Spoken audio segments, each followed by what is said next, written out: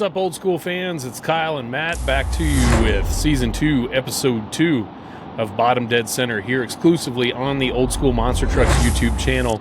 It's Casual Sunday. Today, we're just hanging out. Matt looks like he's driving home from somewhere, or he could be desperately in search of a really good burger joint while driving around. I'm not sure. We'll get more from him here in a second on where he's coming back from.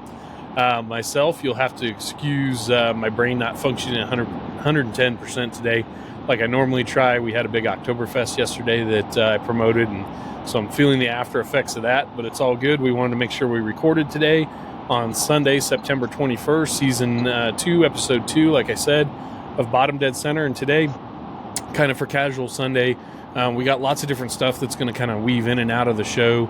Of course, Matt and I will be touching on some current topics and what we've been up to since the last episode, but also we will be breaking out in the second half of the show doing a Roundtire discussion about the Rosemont 1990 World Finals U.S. Hot Rod Show, that pretty infamous broadcast on ESPN. So we'll be digging into that just for a little bit of fun, get back to some of our roots of doing some OSMT style bench racing. Cody Saucier is going to be breaking in at some point in the show too. We've got a cool video tribute from him to Dan Runte and some words he wanted to share. And then also a side segment that we're going to premiere in this episode called Needle and Groove, and more of a music and lifestyle focus segment that Iceman and I are going to be doing.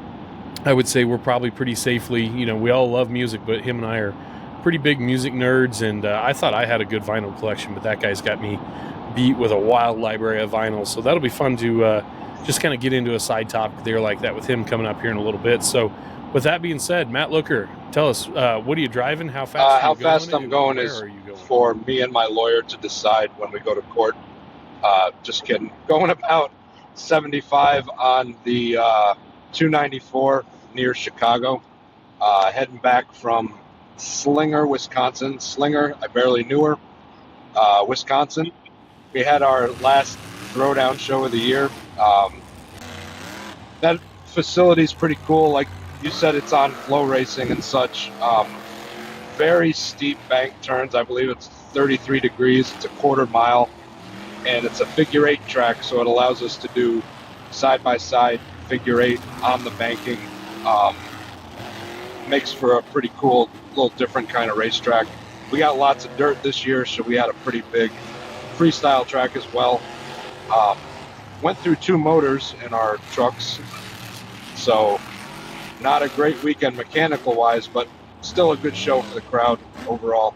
It's a good wrap up to our season. It's pretty awesome. So how many days of competition would you say you did with Throwdown over the summer? Oh geez, put me on the spot. I would say probably 25, maybe a little less. Not every week was a 2-show week. Like this week was only one. Edmonton, for instance, is 3. So I want to say about 20. Let's call her an even round 20 for the year. It's just a summer season really for us. So it's not year round like a lot of the places do. But yeah, let's call it 20. You got anything else coming up through the end of the year? Any one-off shows, or is Brian sneaking any toughest shows in before the end of the year? Or you through the end of the year, I'm pretty much done with monsters. Every once in a while, I'll get a call to announce a one-off show. There was a fair show in Pennsylvania that I was going to do that I believe the fair is now not doing it, so I'm not going to be doing that. So I believe that's going to be it for the year. Like I said, things always come up last minute. People find they're double booked and they'll text or call and say, hey, what are you doing this weekend? And usually that follows with, I got something that I need you to cover for. You know how it is, how it used to be announcing. So. Oh yeah, that's kind of fun when you get the call and you can do it though, especially if it's, maybe some people you're familiar with, but you haven't worked directly with at all or a lot. It's kind of fun to change things up a little bit like that and just kind of come through in a pinch for somebody and make a few bucks, have a good time, maybe work with some trucks that you never have worked with or rarely have worked with. It's Yeah, always a nice exactly. little bit of, variety. One show like that comes to mind, there's a bunch of them, but I used to do a lot of work for Jimmy Cretin. He does his own shows. I'm sure most of our listeners know that. He does his own shows now. He's done them for a long time. And I would announce for him. He has a pretty dedicated staff now, so those opportunities don't really come up as much. But he had me go do a show that his trucks weren't at, but it was 4 trucks. Only one of them I had worked with before. It was just a one-day, very quick track build because it was in a rodeo arena, which already has dirt. And the ceilings were so low that we actually didn't build anything big. It was just cars on flat ground. And 4 trucks that I had, 3 of them I had never worked with before. So, and that was kind of a last minute call. So like you said, you never know what you're going to get or see when you go out to a show. And, that week I hadn't planned to do anything that weekend monster truck wise, but then it just kind of turned into going to a new venue with new trucks and new people. It's a nice little change up. Heck yeah, for sure. I always loved, getting a random call like that. I think Brian Shernow was kind of one of those guys where, maybe something would come up and he'd, holler at me. And that might have even been how I ended up doing the Albany arena show for him. Gosh dang, I want to say it was 2008, 2009, something like that. The Kicker series, it was non-dirt. And, that was kind of fun. And then, we went out one night after it was either Thursday night before the weekend started, or it was like Friday night after the show. But there was only a handful of us working the show. I think it was myself, Brian, maybe Bob Dwyer and his son, if that sounds right. And that might have been it for us. And I think Bob and Max maybe had something else to do. And Brian and I just went out and kind of tore up the town a little bit. Let's go tear up the town. I just remember running a bar out of Sam Adams Cherry. Very nice. Better than a Bud Light Apple, right? Yeah.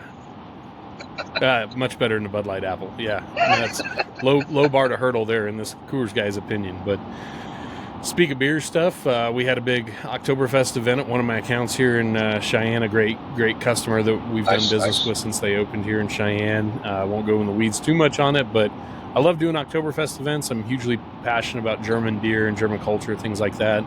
And, in Munich, which the Munich Oktoberfest, actually, the real Oktoberfest, just lit off yesterday in Munich. So for us to have our standalone event here in Cheyenne the same day the real Munich Oktoberfest kicked off is always kind of cool. Just a fun little, tribute. But at the Munich Oktoberfest, there's only 6 breweries that are allowed to actually pour beer. They're, like in thrash metal, you've got the big 4, right? Megadeth, Anthrax, Metallica, Slayer. So in Munich Oktoberfest, you have the big 6, and there's 6 breweries that are allowed to pour. 2 of those breweries have like an Anheuser-Busch ownership connection or something along those lines. One of them's pretty small and doesn't really send a lot of beer to the States. And then I've actually, gotten us hooked up as a wholesaler with the 3 other breweries. So to be able to feature, 3 Munich brewed beers at my Oktoberfest event from Polaner, Hackenpurshore, and Hofbräu. If you're any kind of a beer nerd, or you're, maybe you or your family served in Germany at some point, the U.S. Armed Forces or anything like that, or like in your case, that a lot of you guys during your Monster Jam days that are listening might have toured Europe or things like that, and had the chance to try some good German beer. So that stuff's really, it's passionate. It's a passion of mine. I like to bring a lot of authenticity to those events when I can. And, some of those beers are the best way to do it. So we had a great time, put a long week's of, work into planning the event, finishing up details. And I try and run those things from top to bottom. I mean, I do all the graphic design, the social media marketing, all that stuff, all the ordering. And I personally oversee the delivery and like the servicing of the draft lines and everything for events like this. Cause I want to know that like every single detail is taken care of. And then that way, when the show lights off, it's easy peasy and just a really fun time. And it was, we probably had 700 or 800 people pass through the doors of that place yesterday just for the 6 hours that, we had the event going. So a drop in the bucket compared to anything that's, a legitimate Oktoberfest. But like out here, we don't have a German culture, so to speak. We don't have like a German area, a German Chamber of Commerce advocacy group like bigger cities down the road from us like Denver and stuff have. So It's just fun having kind of one of those events in my back pocket every year. We had a good time with it. During setup yesterday morning before the restaurant opened, the head bartender there, that's a friend of mine, I got her to just play Rammstein songs on shuffle on Spotify for us. And they have a kicking sound system in, like a big clip sound system in this place. So we just literally had the windows rattling with that's awesome. German new Love metal that. playing while we were setting up. So yeah, so it was a good time. The kids got to come out for a bit and order pretzels the size of their heads, and it was a good time. So that's why I'm a little groggy today, but I'm rebounding, I'm rallying. I got my coffee here ready for the cup race to come on here in New Hampshire in a little bit. We'll see how that goes for all the guys I like, but let's get into talking a few monster truck items before we, we'll break out into a couple of those other segments like I talked about. And then, of course, we'll get to our Roundtire discussion, which we really want to focus the most time on today. But want to thank everybody, first off, for tuning into our Dan Runte tribute video here on the OSMT YouTube channel, but also to season 1 of season 2, episode 1. Told you I was going to keep screwing it up, of Bottom Dead Center that premiered essentially 2 weeks ago now. And, we have far surpassed 1,000 subscribers on our YouTube channel now, which is incredible. We are a word-of-mouth guerrilla warfare brand. We don't do any kind of paid promotions or advertising or any of that stuff. I don't know if you even can do any of that stuff. We don't monetize the channel. We don't try and play to the algorithms. We're just here doing our thing. And we feel like spreading through word of mouth through other like-minded old school fans is going to be better for OSMT than just trying to shove this down everybody's throats out there. So for those of you that have subscribed, and even if you're not subscribed but you continue to view, that's awesome too. We're not making any money off of it. We're just having a really good time, and we love the feedback we're getting. We really appreciate all the kind words that you shared in your memories of Dan Runte in the comment section of those videos in that show. And just Matt, we were talking about it off air where we were kind of warming up before we came on, and it's just incredible how much impact that man had on the industry. And I don't want to dwell on it, too much, because we did talk about it a lot last time. And, I just, it's a tough subject still, certainly, but you just look at how many corners of the industry, from Monster Jam on their social media feeds to, teams and other promoters and series doing things like Moments of Silence or, graphic tributes. What was the one you were telling me about? You saw one of the Christensen trucks, right? The Throttle Monster trucks running a tribute. Yeah, Mike Christensen, the Vendetta, it had his initials on the roof with the years. It's a nice tribute. So Mike loves doing those slap wheelies, so every time the truck went nose high, you could very easily read the Dan Runte tribute. As nice little things that really mean a lot.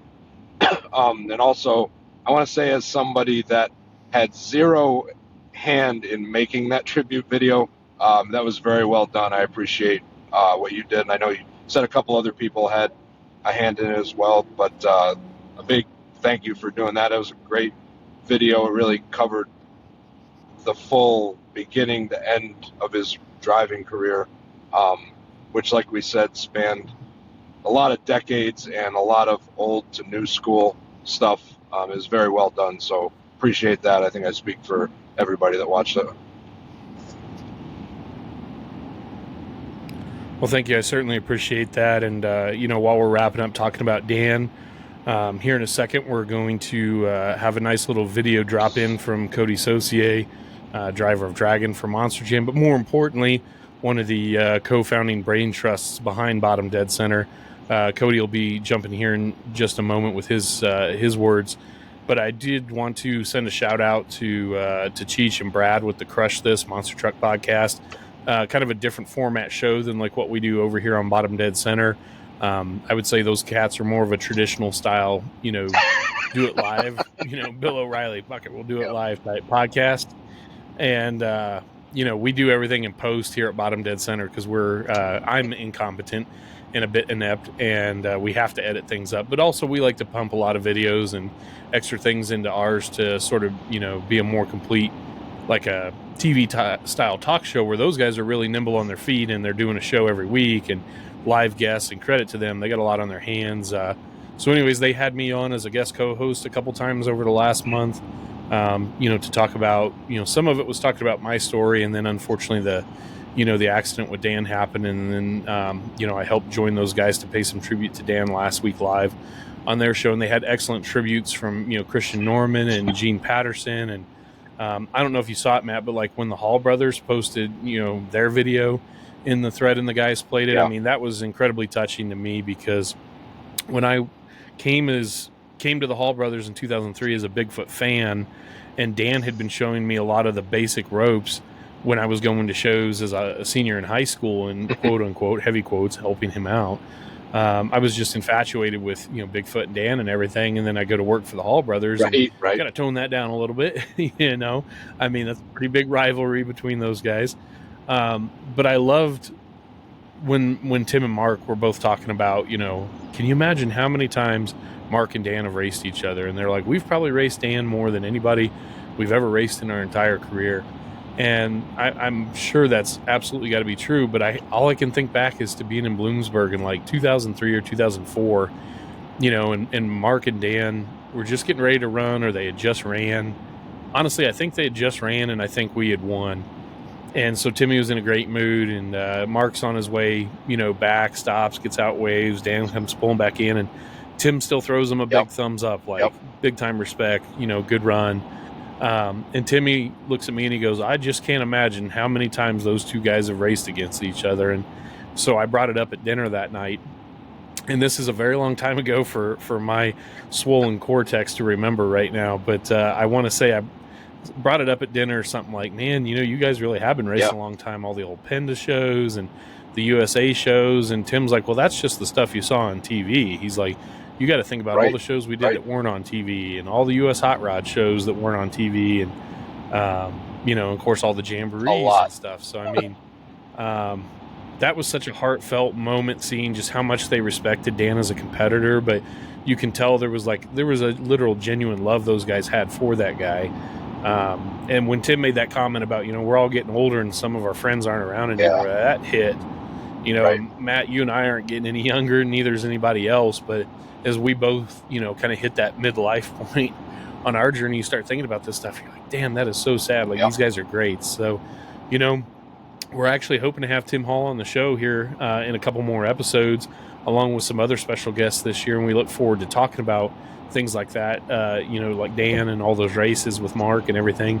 But we made it our mission when we started OSMT, almost 14 years ago now, but certainly as we've gone public with OSMT over the last 9 months, to start documenting more of these stories and these memories and these tales that folks like a Tim or a Dan or a Gene Patterson or whoever we can get on the show, want to share with us, and certainly what we're documenting through the videos. So I'll leave it at that. Matt, we'll hand it off to Cody Saucier real quick and hear a word from him on a few topics, including our late friend Dan Runte. What's going on? Hey man, I'm just out here in the shop farting around Sunday afternoon, Sunday evening down here in Florida. I'm gonna make this real short and sweet. Kyle Doyle, my boy, asked me if I can come on and just say a few words about Dan, and I think that's pretty humbling. But it's a recorded video here, so I don't want to take up too much time. But man, Dan Runte, what a career, what a guy, man. Just a true example of start at the bottom and go all the way to the top, man. And I try to do that myself within my career. I admired Dan tremendously. His start, his rankings, his views, his status within the industry, the best. But a couple quick show and tell things, man. I got this I believe this was from Bigfoot 18 when they debuted that thing at a debut/test session at a junkyard. And that's the front clip. That's the trophy truck body. Toy I've had since I was a kid. That's always been my favorite scheme. And my boy Gene Patterson years ago hooked me up with a dune flag from the infamous Silver Lake video, Bigfoot 1 going up Silver Lake sand dune. And it's ironic that it sits right beside that. Two great guys, man. Very similar guys. the utmost respect for one another. I have the utmost respect for those guys. But first time ever meeting Dan, I don't know. I was probably 10, 12 years old, maybe. Lafayette, Cajun Dome. They were back running with Monster Jam back in the Pace days, and it was him and Eric Meager.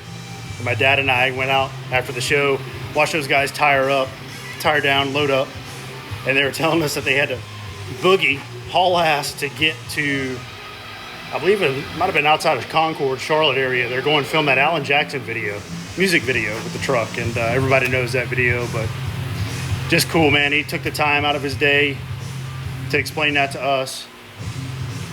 That means a lot to guys like us within the podcast, and I had the pleasure of working with Dan a few events, some of the Jamboree stuff we did in the Live Nation and the Clear Channel days.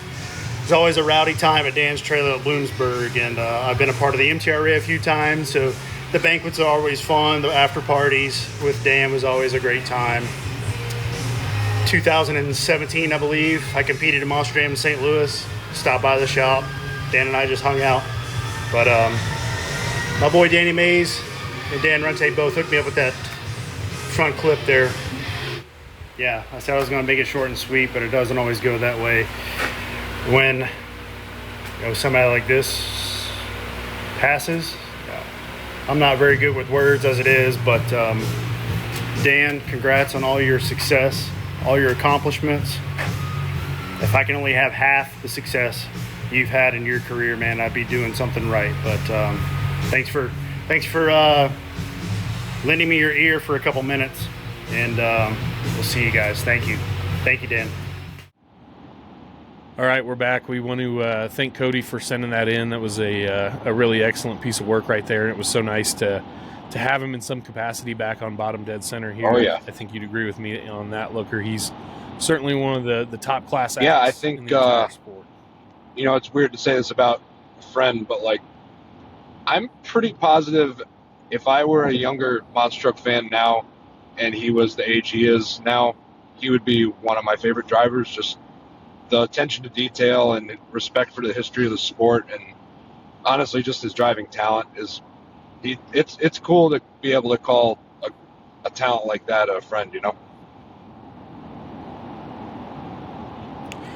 Absolutely. I mean, I think I've joked with him over a beer before. I was like, I've never wanted to be friends with a monster truck driver in my adult years more than I wanted to be friends with you, buddy. So here, have another beer. It's on me. But no, what a great guy.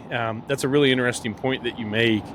And I see that point, happen daily in front of me with my daughters, because they love watching Cody drive. They love being at the shows when he's there. He's so good to them. Right. And it's never an act, just like I talked about Dan, when Dan was kind to somebody, even if he was having a bad day, he wasn't putting on a front. It was literally that default setting he had where it's like, I need to be nice to people because that's my default setting. He could just click right back into that gear. And Cody's a lot like that as well. My daughters look at him like I was looking at people like Dan, excuse me, back in the day. So he's doing all the right things the best way that he can, and still looking forward to seeing him make up the entire semifinals of a Monster Jam World Finals. And the way you were talking about how it's not fake, I think anybody that's dealt with the public for a job knows what you mean. But even if you haven't, if you've ever either had a child or been around somebody's kid and there's something going on in your personal life that you don't want to involve young innocent ears in, and you talk to them in a way that excludes that, you're not being fake. You understand that that's not being fake. That's just you maybe putting on a good face, but you're doing it for the sake of that person. And Dan and Cody really were really good at it, because even if you have a rough weekend, when a fan comes up and is excited and wants to get your autograph, or just like say, hey, what are you working on? Whatever, that those younger fans are really just, it might be the highlight of their year coming to that show.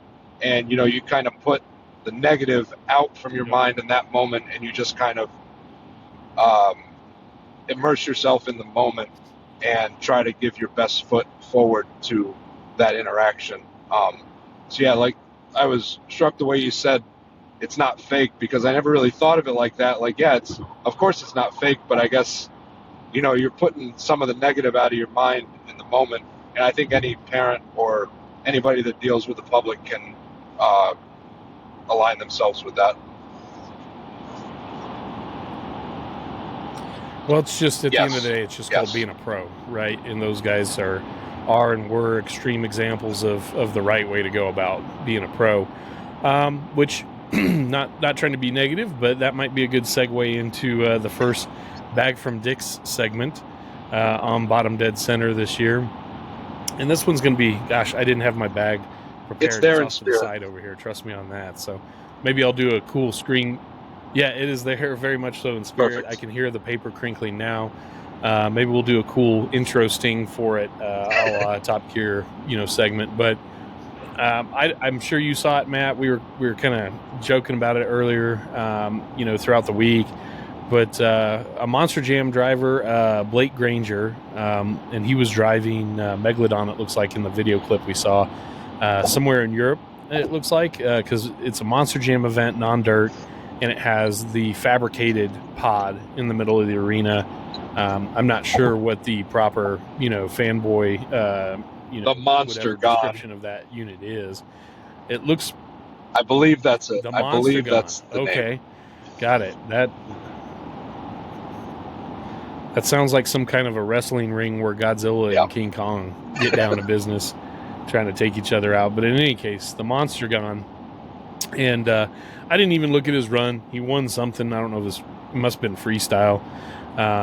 Overall event champion, it says here at the bottom of the screen. All right, got that. So anyhow, he won that. And then just without, any real whatever, specific motivation or any kind of, need to light the fire, I guess. He takes a swing at Hot Wheels, and we'll play the video. Come here and support us. This ain't Hot Wheels, baby. This is Monster Jam, the best in the world, where we come out here and do backflips on concrete. We're not scared of nothing, and we do it all for you amazing Monster Jam fans. Thanks every single... What Hot Wheels and Monster Jam are doing is just so totally different. Yes. Objectively, they're just so totally different. Yes, they're monster trucks, but otherwise they're going after different demographics, different timing on schedules of buildings and different presentation, all that stuff. And it was just so weird for me to hear him take a shot like that at Hot Wheels. And so I don't know. I'm not throwing Blake in the bag from Dick's. I'm just throwing that opinion of his, or that hot take that he had on the mic there. It just kind of cracked me up a little, Kind of one of those moments. Like, okay, I guess that's what we're doing. You could also, I think you pretty much said it well, but I think the same could be said the reverse way. You really see it a lot more on the interwebs, as they call them, with bashing Monster Jam, from sometimes fans or people that work for maybe less than desirable promoters talking badly about bigger promotions. It's just like, sometimes you don't need to say everything that comes to mind, is what I've learned over the years. Even if you think it's correct, it is. That's and sometimes you have to learn those lessons publicly. When the more foolish you are, the more public your lessons are to be learned. But Yep. No, and I mean, That's we're right. all living in glass houses, right now, right? So I mean, he's in a totally different event format than Hot Wheels.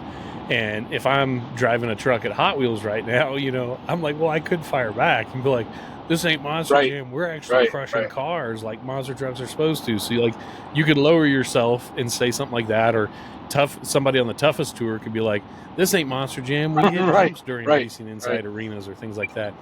And ultimately, none of that does any good for the entire sport or any of us, or it doesn't further Blake's career any. It doesn't actually really ding Hot Wheels any. It's just kind of you're just like, okay, well, that's something to talk about, certainly. So so that is a quick Bag from Dick segment there. Interesting shots fired right there. I don't even know the guy. He might be the nicest dude in the world for all I know. It was just a weird thing that kind of caught me odd. And like I said in the last episode, you could consider me a little bit of a Hot Wheels skeptic for a while. But after I finally went to one in person and just really kind of dissected it, you realize like, oh, they are playing to a very specific audience and they're doing a really good job at what they're trying to do. So that being said, you might be wondering where Frank Krimmel is right now, shifting to a little Hot Wheels talk. And I don't know what it is, but they seem to be having some motor problems with some of those trucks. And I keep telling Frank, I was like, it looks like you could just throw, a hopped up crate motor in those things to run some of those Hot Wheel shows and you'd be all right. But poor Frank, man, him and his boys, they have been running left to right, up to down, all over the map. They're hustling back to the shop today to drop a motor in a truck. Richard Majet's got a fresh bullet waiting for him, I'm told. So we'll get Frank back on as soon as we can.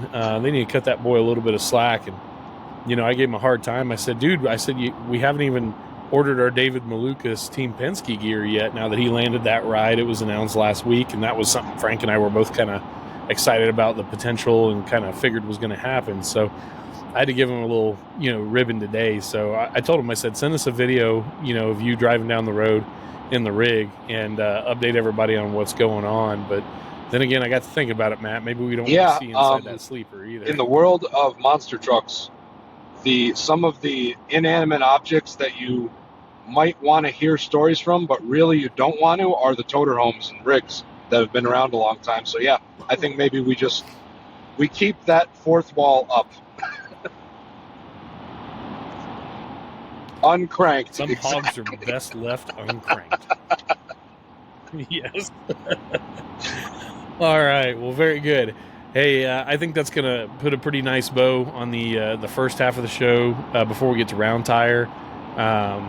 And then I'll introduce our next segment here that we're going to break into in just a moment. But Looker, did you have anything else, monster truck or motorsports related, you wanted to touch on? Well, as someone with probably some undiagnosed ADHD, I tend to forget things in the moment.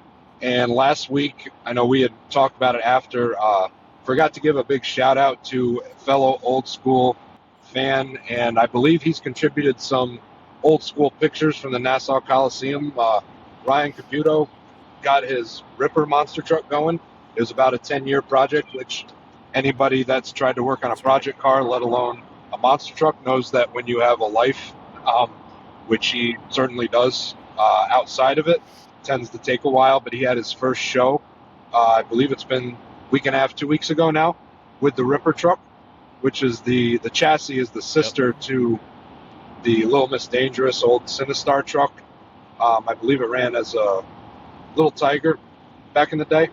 He had his first show, so I wanted to give a big shout out to Ryan for finally getting that dream realized and doing a full show with it.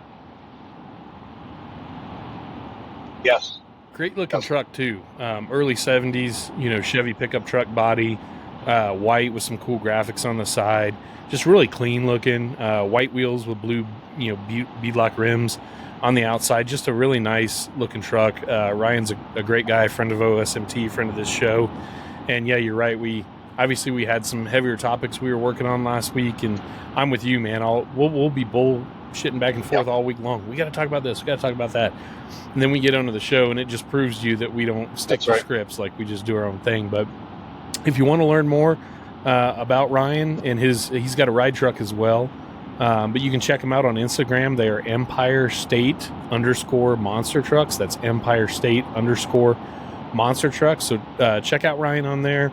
Check out the OSMT Instagram page. You'll see some of that, the shots that he shared with us from the Nassau Coliseum, like Looker said. And we have more to share in the future too, as we're kind of keeping the Instagram thing, keeping building steam and everything over on there, which I think we're coming up on 1,200 followers on Instagram. So a nice little cult's a bad word, but a nice little cult following here on OSMT. So good call out on that, Looker. Appreciate that. So what I'm going to do right now, we'll take our mid-show break here in a little bit like we normally do. But I want to introduce our newest segment here on OSMT that we'll be doing periodically with Matthew Iceman Ison and myself, the Iceman, back with us.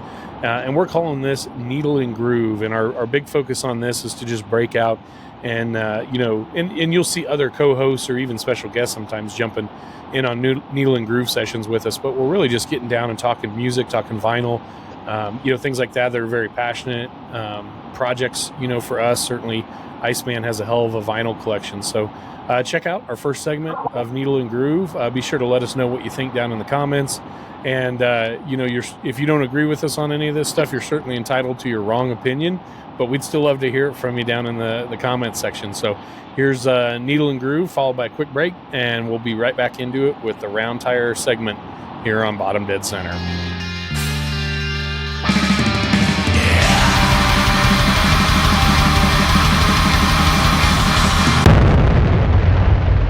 Hey, what's up, everybody? Welcome to the very first Needle and Groove segment here as part of the Bottom Dead Center show on the OSMT YouTube channel.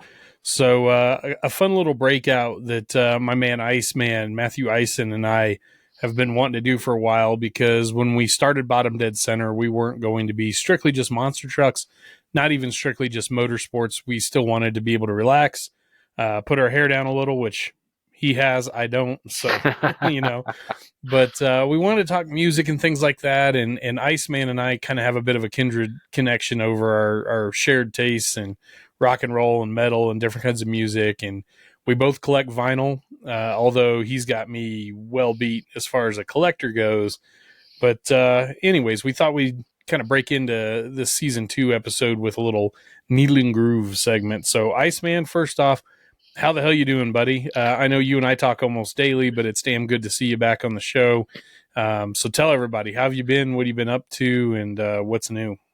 Well, I mean, I've really just been healing up.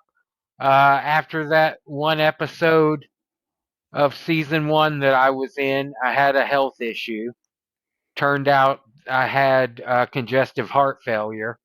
So we've just been taking care of that. My numbers are better. We're on the up and up, so I'm happy to be back.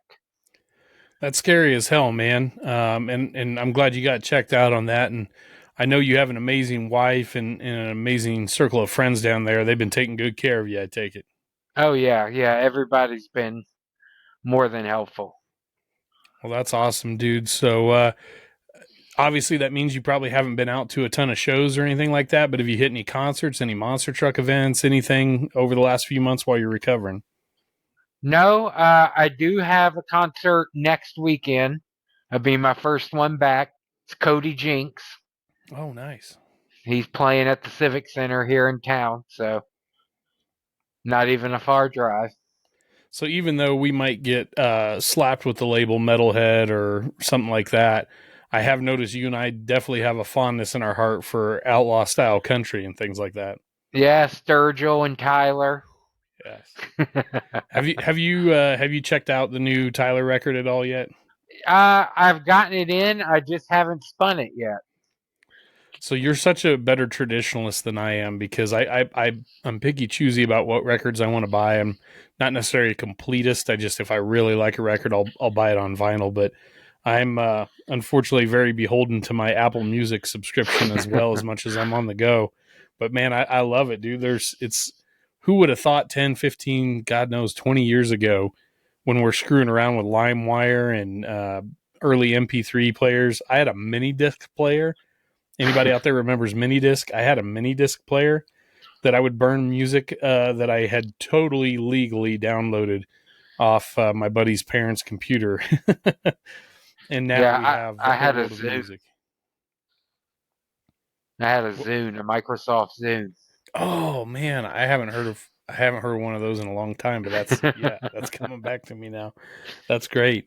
So anyhow, on Needle and Groove, we wanted to kind of talk shop about music and things we dig, things we've been listening to, maybe even get into some Roundtire discussion type shit over, hot topics, arguments, debates, battles, whatever we see on music. I tend to think you and I are probably going to agree more often than we don't, but still worth, talking about and playing a little devil's advocate. So first off, I know you had gotten some really cool new vinyl pieces that you want to share with us this evening, but tell me a little bit about your collection, because I know I've probably forgotten little things, and, we're introducing you to a wider audience here. So exactly like how many records would you say are in your collection, but also like what kind of a collector are you, because I know you go after a lot of really special pieces. I got started about 2012 or so. I had a friend that started collecting old soul albums, stuff like that, Booker T and the MGs, Mm-hmm. things like that. And I was like, you know what, that'd be cool. That'd be cool to get some metal on vinyl. Look at the giant artwork. So I started buying on eBay when you could get like 20 records for $5-10 shipped to Right. you. And it just kind of started from there. Currently, I don't know exactly how many I have because I'm behind on categorizing them, but I'm somewhere around 2,000. Whew. You got me trumped by, I don't know, 1,800 probably. So what kind of pieces are you looking for? I mean, is a straight ahead, what is vinyl typically, like 150 gram, 180 gram, Yeah, piece? I just look for stuff that I like, stuff that I think's cool, stuff that I liked in high school, stuff just in my range. I have a little bit of everything in the collection. There's probably not one genre that I don't have a record of. Do you have like a preferred type of release you go after? Do you look for a signed copy? Do you look for, a special edition that's through only the artist or their label direct, or is it kind of wide open? If it's cool, you get it, and if it's plain Jane, maybe you move on. It's kind of if it's cool, I'll get it. Nowadays, I have so much. I'm trying to fill in holes in discographies. So if something comes out new that I need and they have a low pressing or a signed edition or something like that, I'll go ahead and pick that one up because I know it's more limited than the others. That's pretty awesome. So tell me about a couple of these newer pieces that you've got. Well, I got the new Teenage Bottle Rocket Nice. ready to roll. That one just came in. I have what I've been listening to a lot lately is the Clutch self-titled. Can't go wrong with Space Grass. There you go. And then finally, I got this one in the other day. It is Bon Jovi, Slippery When Wet, but the record is liquid filled. That is insane, dude. Yeah. So I that's didn't even know just they did shit like that. That is crazy. I saw him do it with a Friday the 13th album years ago, It and had I to be always red, right? yeah, it was red. It was Yeah. blood.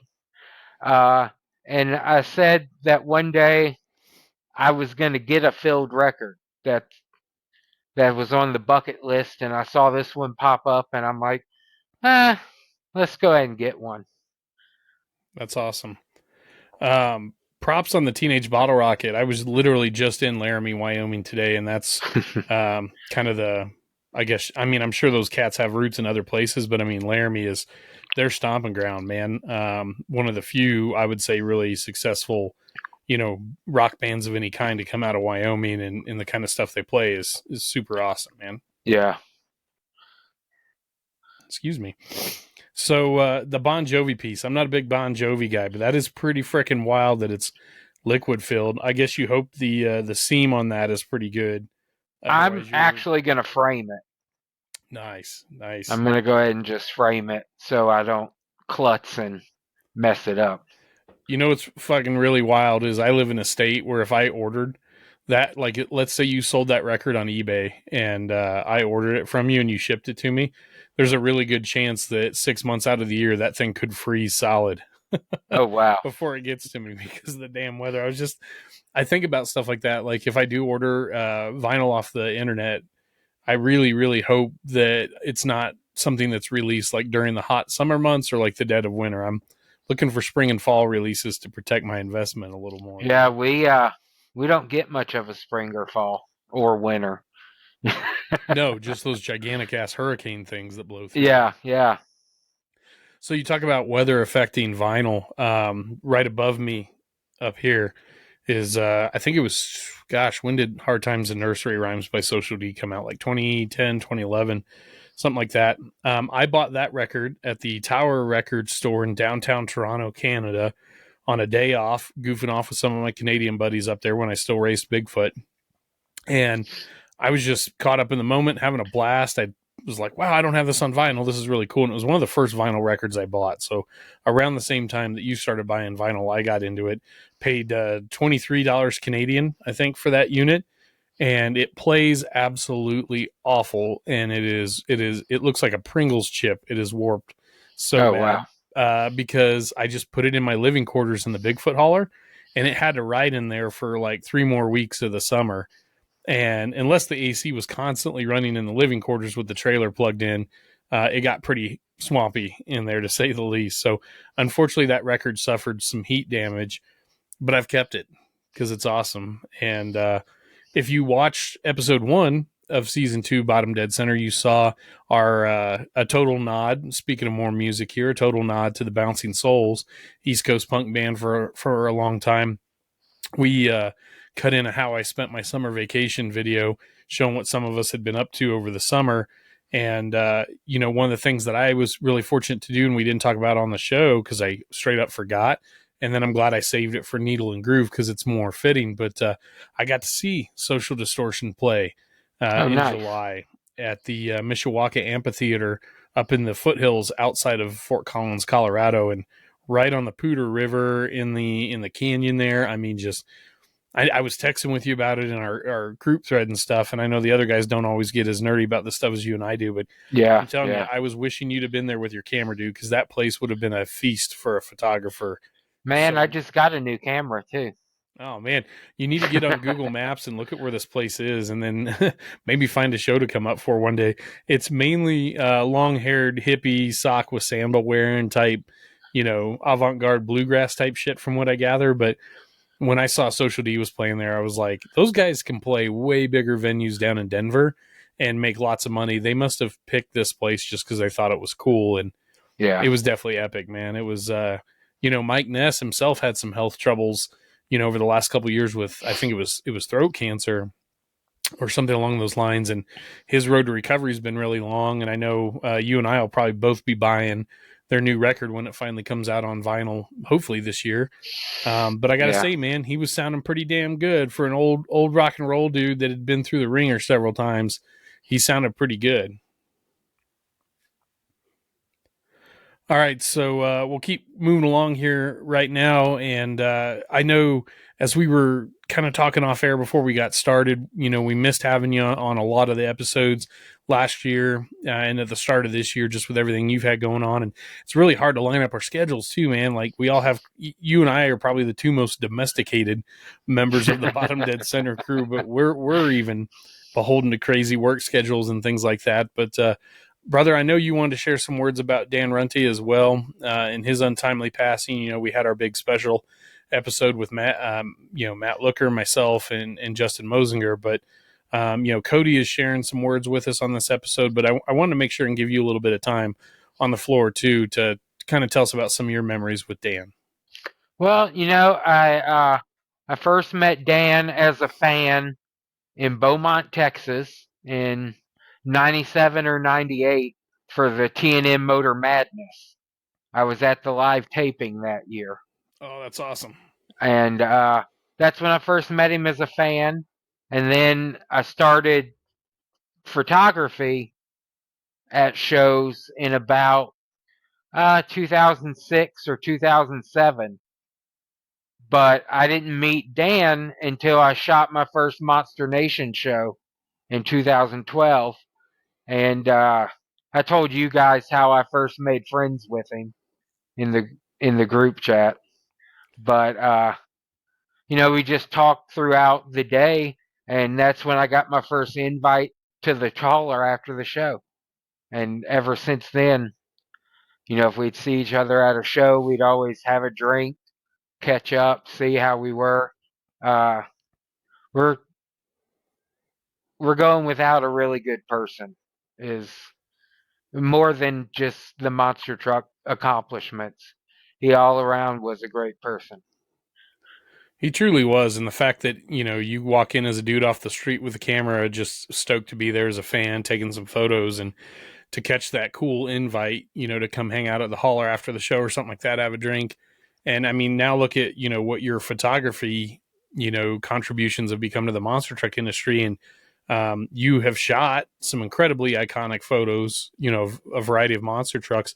But really, that photo you took of Dan, you know, with the truck in the background from one of his last seasons racing on the Toughest Tour, has kind of become that iconic banner that everyone has used and unfurled as part of their tributes to Dan. I mean, we certainly used it, you know, on Bottom Dead Center and OSMT, and you're not getting the credit you deserve. And I know you're not out there asking for it either, but, you know, I shot a couple iconic photos of Bigfoot in my time that have been used a gazillion times over, and no one knows I took them. But I want everybody out there listening to know, you know, those contributions you've made. And that photo you took of Dan is just such an excellent representation of him, you know, at the tail end of his driving career.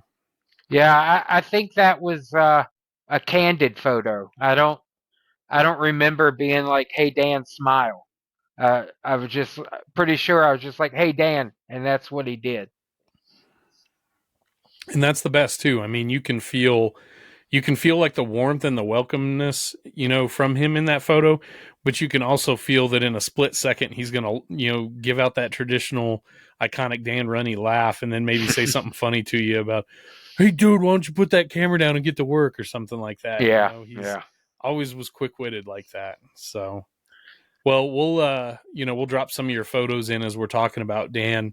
You know, folks are already seeing those right now, just because some of the great stuff you took. And I've worked Beaumont, I've shot Beaumont, and what an awesome, and I'm talking the newer building, of course, not the more the outdoor, indoor hybrid agricultural. Yeah, the Fair Park Yeah, the Coliseum. Fair Park Arena where you saw him with USA, but then I think about the more modern Ford Arena that you Yeah. and I saw him in, and what a awesome place that was. So as we move along from that topic there, you know, we do the Roundtire discussion on the second half of Bottom Dead Center. So I thought Needle and Groove, it'd be fun to pick maybe something of a contentious topic to talk about music wise. And one thing I've noticed is, you know, a ton of monster truck fans like hard rock, heavy metal, not surprising at all. You know, we all have some favorites we like, but where the fan base stands on the band Ghost is pretty interesting to me, Matt. And I mean, where the metal fan base as a whole stands on Ghost, you know, sort of mirrors a little bit. But monster truck fans, and I'm painting with a bit of a wide brush here, and you'll have to tell me if you agree with me or not. But monster truck fans seem to embrace very theatrical kinds of entertainment and acts, whether it's old school stuff like Iron Maiden or newer school stuff like Ghost. And I'm not making any sound comparison there. I'm strictly saying theatrical. And I outed myself on one of the episodes that I don't like wrestling, and I never have. It's not my thing. But that's very theatrical, appeals to a lot of monster truck fans. And of course, monster trucks themselves are very loud and flashy and over the top and theatrical. So I guess to set the groundwork here, and I'll start with you first, Matt. Are you a fan of the band Ghost? Yay or nay? Okay, so I used to be a big fan. Like the first 3 albums, if they were anywhere close, I was going to see them. I originally didn't understand because I know you're about to bring it up. A lot of people don't call Ghost metal. They're not anymore. Yeah. But those first 3 albums, if you caught that live, it was heavy. Yeah. So I'm with you on that. They Ghost probably lost me after I might even give them the 4th album, because there was a couple like really polished, like heavy Bon Jovi style bangers on there. I guess. Yeah. But I mean, like Meliora, you know, the short that had Square Hammer on it. I mean, so, and I'm not going to go deep into the history of the band or anything like that, but I don't begrudge them any of the success they have. I think it fucking kicks ass, and I think it's pretty awesome as someone who's pretty counterculture in the way he thinks sometimes. You may not think that, but I certainly am in a lot of ways. And I think it's the funniest thing in the world that, they're starting to write like rock. Well, they're not starting. They have been for records now, writing ABBA style hard rock songs, let's call it, because it's following this natural evolution of the band and its stage show, and it's musical theater now. It's heavy metal theater. It's that kind of stuff right now. And so, it's not heavy enough for me that it's something I want to listen to. And I say that with such a weird caveat because I have a Jason Isbell record, live from the Ryman Theater over my shoulder here. I have a Rush bootleg from the mid 80s, when they were at their softest. So something doesn't have to be grindingly heavy to catch my ears or my fancy. Ghost was just more fun when they were misunderstood and not as well known. And we're definitely more doom metal, I would say, type sounds than the more polished stuff that they are right now. But I'm with you, man. Those first 3 records, I remember Mullet, Tim Mazenis and I, when we were both driving for Bigfoot, and we were off for a week between the Los Angeles SST and the San Diego SST. So all the Bigfoot team kind of just hunkered down in Oceanside, California at a Best Western there. And I remember one night, Tim and I are sitting out in the hot tub just hanging out. I don't know where everybody else was, but we were just chilling. I was like, hey, man, I was on, and I don't even remember what I was streaming music on back then, but really early I had some kind of like internet radio thing on my phone. I was like, I think I was on the Smashing Pumpkins channel even, which is really weird. Not weird that I like the Pumpkins, but weird that Ghost would have popped up as a rotating, selection on there. And it was the first Ghost record, a song had popped up. I was like, this band is really fucking weird, dude. They got like 2 records. And I was trying to play some for them on the speaker on my phone. And of course the hot tubs, so we couldn't really hear anything. But I remember him saying, I'm going to have to check that out. Sure. He probably rolled his eyes at me, but I just remember I was already like singing their praise. Cause I'm like, this is some neat stuff. Like I instantly compared it. I don't know about you, but like Blue Oyster Cult, like they kind of reminded me of like an updated idea of what Blue Oyster Cult could be. What do you think on that? Man, I got blown away when I first heard them. And then I saw them on the tour when they were still doing the whole parallel Catholic Mass during the show. And I mean, it really reminded me of like some shock rock stuff, like some Alice Cooper or stuff like that. I think you're right, because where something like Alice Cooper might be more shock rock in terms of like the visuals being grotesque or macabre or, fake blood or things like that. Or, we'll have to talk about Guar on a future episode. You've seen them live, right? Guar? I have not. Oh my God. I of all people have seen Guar live. I made sure I stayed at the back of the hall. I didn't show up in a white shirt getting ready to be sprayed by all their special effects, but we should definitely have a Guar episode. Anyways.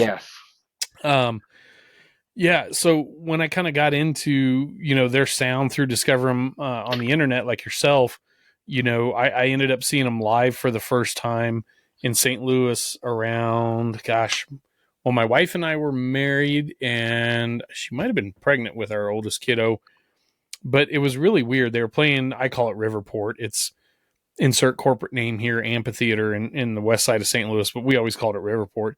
Anyways, we went to Riverport to see them play. They were the first of 4 bands on the bill, and I hate that right this moment, was Avenged Sevenfold the headliner? I think we had Avenged Sevenfold, and man, she would be slapping me for being so sloppy because she liked all the other bands I think that were on the bill. Why do I think Deftones or Papa Roach or something? I don't know. It was a bunch of shit, honestly, I didn't care about. But I went for Ghost. And I remember, just like you said, all they have is the tapestry backdrop, and they're in an outdoor amphitheater setting at twilight, so it's not even fully dark. Like, that band was a club band at the time and needed to be in a club with smoke machines and all that. And so it lost a little bit of its luster. But, they close with Monstrance Clock, which especially is like kind of a 70s rock, prog rock fan like I am. I love just the vibe that song gives off, and how satanic it all is and everything. And so when they close that song out, I think me and like 8 other dudes that basically look exactly like you and me, chubby bearded dudes, and Iron Maiden or Rush shirts stand up. We're like, fuck yeah! And like everyone's like, my wife's a handful of years younger than me, and her age group in the crowd, I don't think got it. They didn't get it. And now you can buy their records at Target. Yeah. So, Yeah. I don't begrudge them the success they've had. I think Tobias Forge was sleeping on people's couches when he wrote the first couple Ghost records, I think. So, sorry, go ahead. And, for not being totally into them anymore like I once was, I still buy the records. Nice. I have the new record. I haven't listened to it yet, but I'm still going to support them because it was something that brought me joy at a prior time. Hell yeah. And I think that's such a positive way to look at it. I mean, I don't subscribe to like the heavy metal gatekeeping stuff, where people are shitting on Ghost, because it's not metal anymore, or it's not metal enough, or anything like that. I still think the definition for metal can be kind of arbitrary. I mean, yes, you need to have some of the traditional sounds of hard rock and heavy metal to be called metal. But I mean, things that we called metal back in the day, like think about a song like Breaking the Law by Judas Priest. I'm sure that was super heavy and super scary to parents and everything back then. And then you throw that stuff up against Slayer's Rain and Blood or Cannibal Corpse or just some of the crazy, tell me Breaking the Law sounds like the metal after you've been to a Pig Destroyer show. Yeah. Guys, if y'all haven't ever listened to Pig Destroyer, go look it up. So, yes, I understand that, some people might say they've lost a hardness or an edge or a heaviness or whatever. But to me, what's really, really funny is their lyrics and their song content and their imagery are so subversive. If you're just a run-of-the-mill person in the public, like if you're metalheads like us, the overt, satanic lyrics and expression and visuals and everything, and we're just chuckling, because it's stage theater. But there's, the masses are going to fill 15, 20,000 person arenas now to see these guys, and they're just getting down to the music. And I'm wondering how many people in the crowd are actually listening to what any of this shit is about, Yeah. Yeah. But I love that. That's metal, right? Like you're supposed to be subverting the mass public's consciousness a little bit with what you're doing. So I would still argue there is an element of metal to Ghost, but I think it's like, it's metal theater, it's metal Phantom of the Opera or something like that. Yeah, and I bet if you would go see them now on this new tour that they're on, I bet they're still heavy live. Oh, I'm sure. I have no doubt they're still heavy live. Well, and I mean, how are you mad that the band is expanding its sound? They've brought in backup singers and extra musicians and all that stuff. And at first I was maybe a little like, boy, they're really going, I call it going full Bon Jovi. Like, it takes 9 guitar players to play this stuff now. But I mean, they're paying their bills. I don't care. I mean, to me, it's better than going to a fucking Luke Bryan show or a Jason Aldean show or something. Like, that stuff's complete trash, where this stuff at least has, in my opinion, some serious artistical value to it still. And so the first 2 records were super fun. But the one over my shoulder here, gosh dang it, the live record. Forgive me, I spaced on Ceremony and Devotion. Ceremony and Devotion, yeah. And it was always kind of my understanding that on the short, that little EP that they produced, I think, that had Square Hammer on it, they needed a kick the fucking door in opening song. And so they just wrote one, and that's Square Hammer. And I don't know about you, and I want to get your opinion on it the first time you heard it. But the first time I heard it, it had already been out on digital platforms and stuff like that for a few weeks. And then my wife and I went home to Kansas City for just a couple's weekend, left the kiddos at home and everything. And we went and saw Ghost at the really cool, Gothic theater in downtown Kansas City. And I knew that was going to be the opening song, but I had held off listening to it because I was like, well, if you pretty much know you're going to love a song, is it cooler to listen to it before you see it played live, or if you have the opportunity in a short period of time to hear that song for the first time played live in front of you by the people that wrote and recorded it? How fucking cool is that? So Yeah.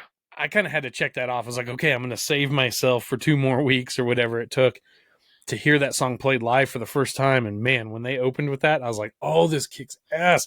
I hope they play it 3 more times during the show. Of course they didn't. They didn't have to. But and I remember the next morning driving out from the hotel, my wife was still back there sleeping, and I was just amped at like how much fun we'd had at the show that night. And I remember driving around downtown Kansas City, hitting my favorite spot for breakfast and my favorite spot for coffee, and a couple record stores. And I just had that song like on loop in the rental car all morning, because I just thought, man, like, if there's no such thing as a perfect rock song, but I'm just saying, like, if you're going to sit down and write a kick-ass rock and roll song, that's about as on the nuggets as you can get. So It was a ringtone on my phone for a while. yes, that's a compliment. Yeah. Hell yeah.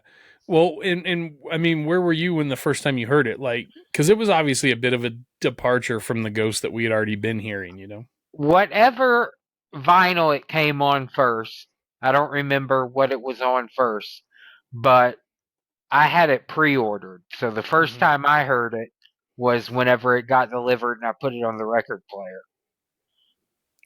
I'm trying to look up right now what the name of that little, I swear it was an EP, right? That it came out on. I don't remember if that was an EP or Rats was an EP. Rats was on Prequel, I think, wasn't it?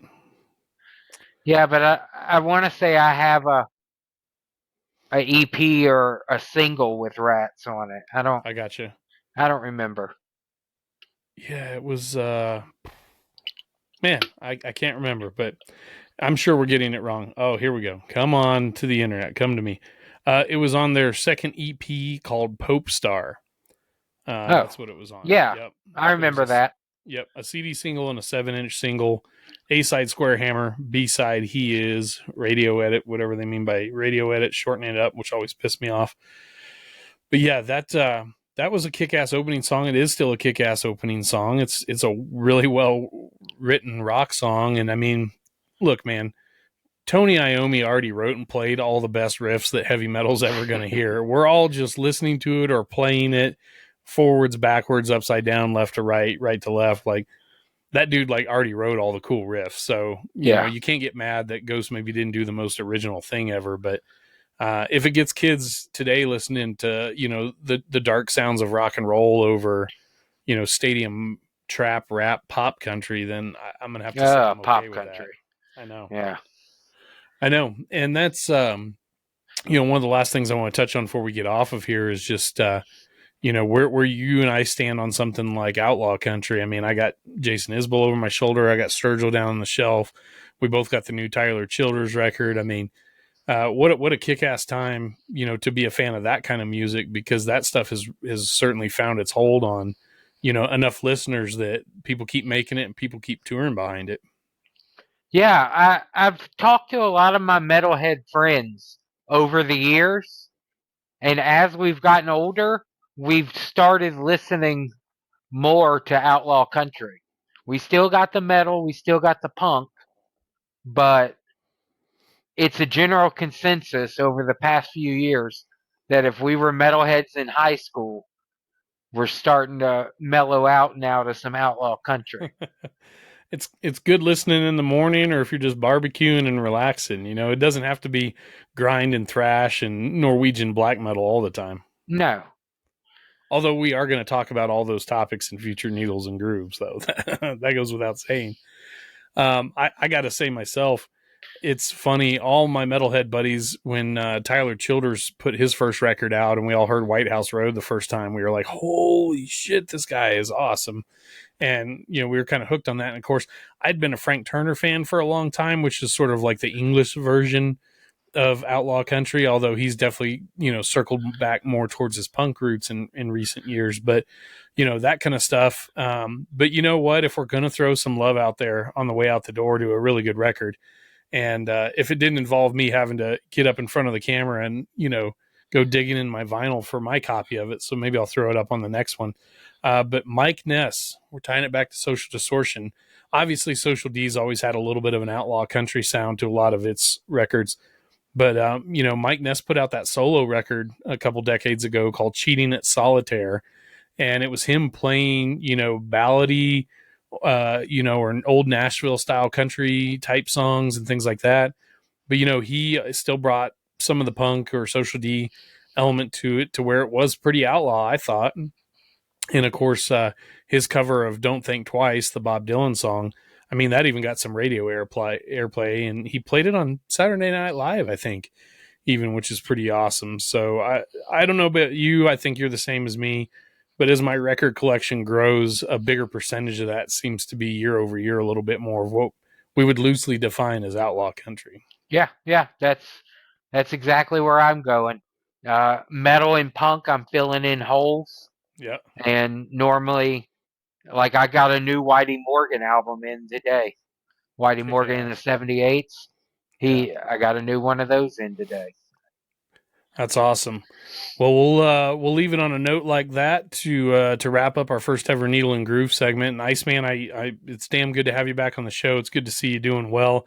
I know all of our fans and listeners out there are going to be stoked that you're back and that we found a really cool way to slice up a part of Bottom Dead Center and make it something unique that both of us can bro down and talk about. And as we go, we got to bring Jim Kramer in for an episode of Needle and Groove, because I'm here to tell you that guy knows just about as much when it comes to vintage guitars and amplification and music in general is what he did about driving monster trucks, which is to say. Yeah, him and I talked about that before.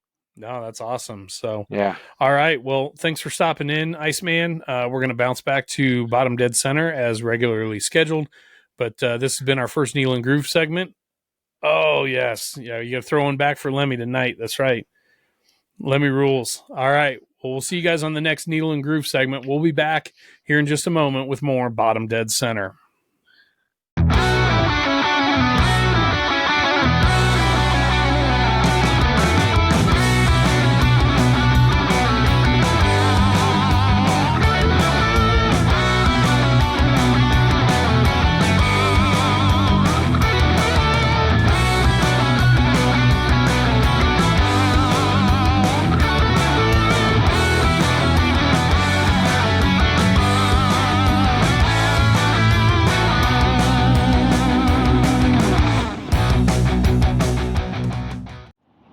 All right, old school fans, we're back. Part 2 of Bottom Dead Center, Season 2, Episode 2, our Rosemont World Finals 1990 discussion coming right up around the corner. Matt, I need a geographical update. Have you made it through Chicagoland yet? Are you to Toledo? Are you going to stop for a chili dog? Oh, man, a chili dog sounds like a great idea when you still got about 10 hours of driving left and not sure what rest stops you're going to come to. Yeah. I am about crossing into Indiana right now, the Hoosier state. Right? Yeah. Yep. Gary, Indiana, always a fun and safe place to stop yes. for a White Castle. And for some reason, Gary, Indiana, the focus of the Music Man musical, which for some reason that's one of my core childhood memories. So the whole musical revolves around the town of Gary, Indiana. And now, as an adult, it's just kind of weird. Almost as weird as calling an event in Rosemont Horizon your World Finals. How's that for a segue? Yes. Smooth. Like all right, not that Kramer smooth. Not that smooth. Right, smooth. Right. That is excellent segue. Okay, not that smooth. Yeah, smooth is a 2-day-old shave. I don't know. So, no, I was just going to say, so Rosemont 1990, that's what we're going to be bringing up here for our round tire discussion. We have some other really cool round tires picked out for this season that we're going to dig into that we want to do with more of the hosts on board with us. But for a casual Sunday, we thought this would be pretty fun to. So I've got it up on my big screen over here, checking it out in the OSMT dungeon. And I'm going to do my best to, have Looker tap into his vivid memory of this particular show. But we'll be dropping some clips in from the ESPN broadcast. as we go here. But what this was, setting the stage a little bit, it was the season finale, world finals, if you will. Not the first time, and all credit to Matt Stoltz, our OSMT research head. He's got a good beat on a lot of the details behind this stuff. This was not the first time US Hot Rod had used the world finals nomenclature on an event. They'd previously done that for at least one event, one of them in Houston a year or two before this. Excuse me. But the first time it was a world finals label on a points series, a points paying event. So you've got the Camel, Camel cigarettes, RJ Reynolds, tobacco sponsorship on the series, the Camel Mud and Monster series. So you've got your mud drag cars running the 80-foot pit with the little what am I trying to say? The pennant streamers, Camel pennant streamers for the shutdown area that they had to stay within, and then of course the monster trucks running Chicago style racing.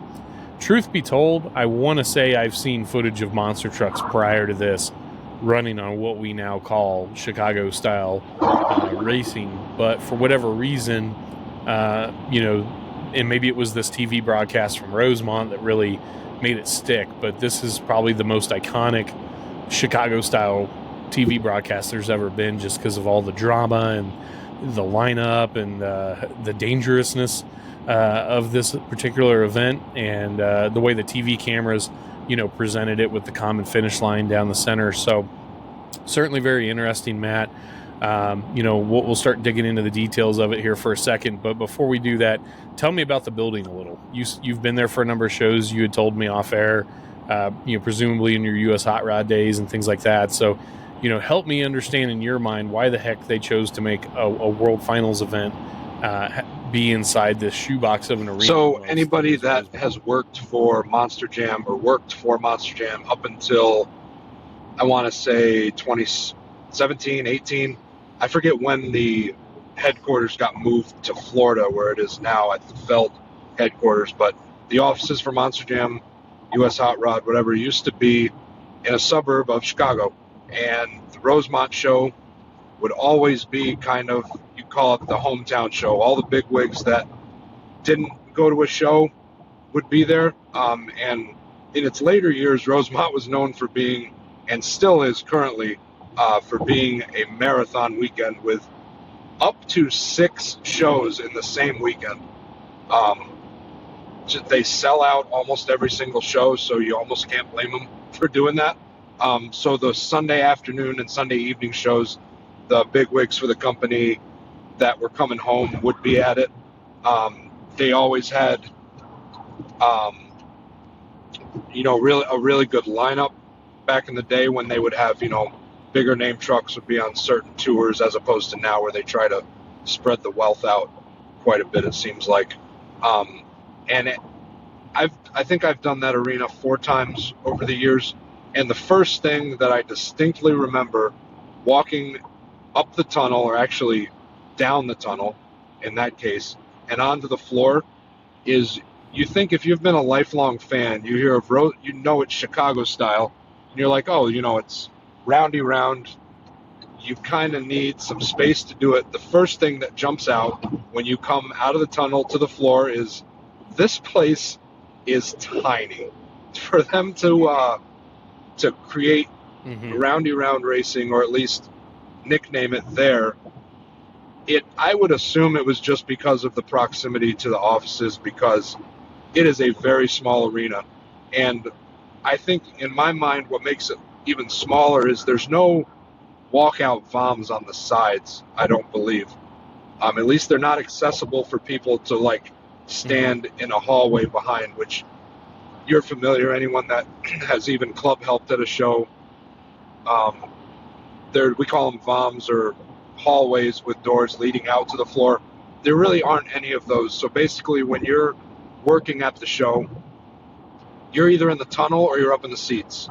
Or, as this broadcast is going to show you, there's some other places you could stand if you maybe didn't think it through very well. But yeah, just a very small arena to have a turning course in, especially in an era where straight line over 1, maybe 2 small obstacles was the norm. and the accepted norm at the time. I'm looking at the building on Google Maps right now, and it's Yep. it's the All-State Arena is what it's been called for a long time, but just a really ancient looking design of a building. And I mean, in this day and age, it's kind of an oddity that that building is still around, and they still do 9 shows a weekend or something there with Monster Jam, which is pretty wild. But so anyhow, the 1990 World Finals wrapping up the points chase for the mud racing, which sorry Damian Bowers, we're not going to get into the mud racing side of the show today. But on the monster trucks, man, how do we want to break this down, Looker? I guess we'll just kind of break it down chronologically as the show unfolds. But so for the monster trucks, like we said, Chicago style racing. And immediately in the episode, we're presented with, the sort of, excuse me, like at the boxing or the UFC fights, where they do the weigh-in and they have the competitors stand there face to face. And so we're given the 1990 monster truck version of that with Fred Schaefer and Jack Willman, both being interviewed about who's going to win the championship. And correct me if I'm wrong, Matt, but the way it's explained essentially is, Barefoot needs to lose in round 1 and Taurus needs to win the overall event for Taurus to win the points championship. If Fred can do anything but lose in the first round, he's pretty much locked in to win the points championship.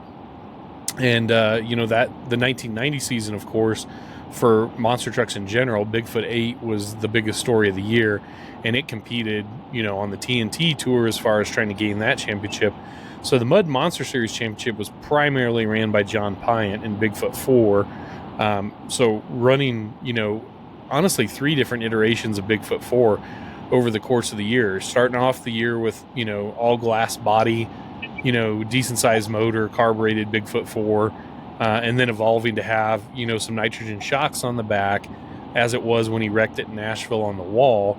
And then, excuse me again, and then coming back from the Nashville wreck, completely rebuilt as, a hybrid stage 2.5, let's call it, monster truck with nitrogen shocks on all 4 corners, but front 4 links to kind of tie the leaf springs, the long travel leaf springs together and all that. So, and an injected motor by that point. So John's raced, kind of 3 versions in 1 year of Bigfoot 4, and he comes in 3rd place in points. Not really a lot he can do about his position there. He's, probably not going to move up or down, but still wants to finish the year on a high note. Bob Chandler's at the event, so obviously there's a little extra pressure for John to perform there. So as we roll, into that storyline, we start getting into qualifying. And we were joking about this before we came back for this segment. I had talked to Matt Stoltz earlier today, and he had told me, dude, I'm pretty sure that like we threw a stopwatch at the TV on those qualifying runs, and the times were pretty bogus. So just on a whim, Looker and I thought, well, let's set a control real quick and see how that shakes out. And we were off our timing based on what we saw on the television broadcast. So obviously, however they edit it, perhaps could change the length of the race a little bit. But we were expecting a margin of error of a couple few tenths of a second, perhaps. And Matt, we found out that we were off by a second, typically on the runs that we timed for qualifying. So, who's to say how all that shook out necessarily? But I'd like to get your opinion as they head into qualifying. Obviously, Fred Schaefer has a pretty wild qualifying run in the, I guess you would call it the last generation leaf spring barefoot truck. And of course, Taurus is really the only legitimate tube chassis truck competing at this event or in any kind of shape for winning the championship. So you've got the Taurus 3 racers in the field. We already covered Bigfoot 4, and then you've got Fred, in that particular barefoot chassis. And I'm not super well versed on my barefoot chassis, so apologize whatever number or, sub number this one is.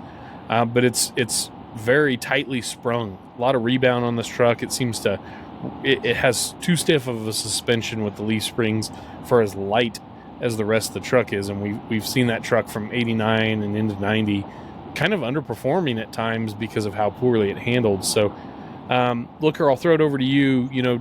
Tell me in your mind a little bit about the drama at the start with, the points battle. This truck has to do this to win. This truck only has to do this to win.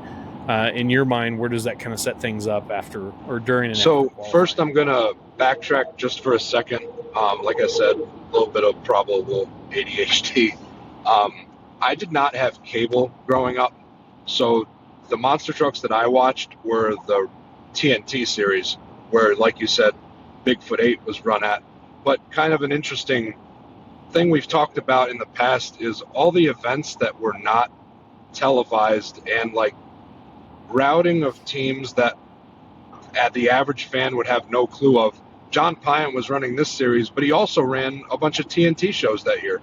So it's just kind of amazing to see that Bigfoot was running, number 8 was running that series for TNT, and Pyatt was running somewhat competitively on the Camel series. And he also did some TNT shows on top of that. It was just a little thing that stuck out to me as you were talking about it. But yeah, it kind of no. I think that, not to interject, I think that's No, great. Oh, sorry.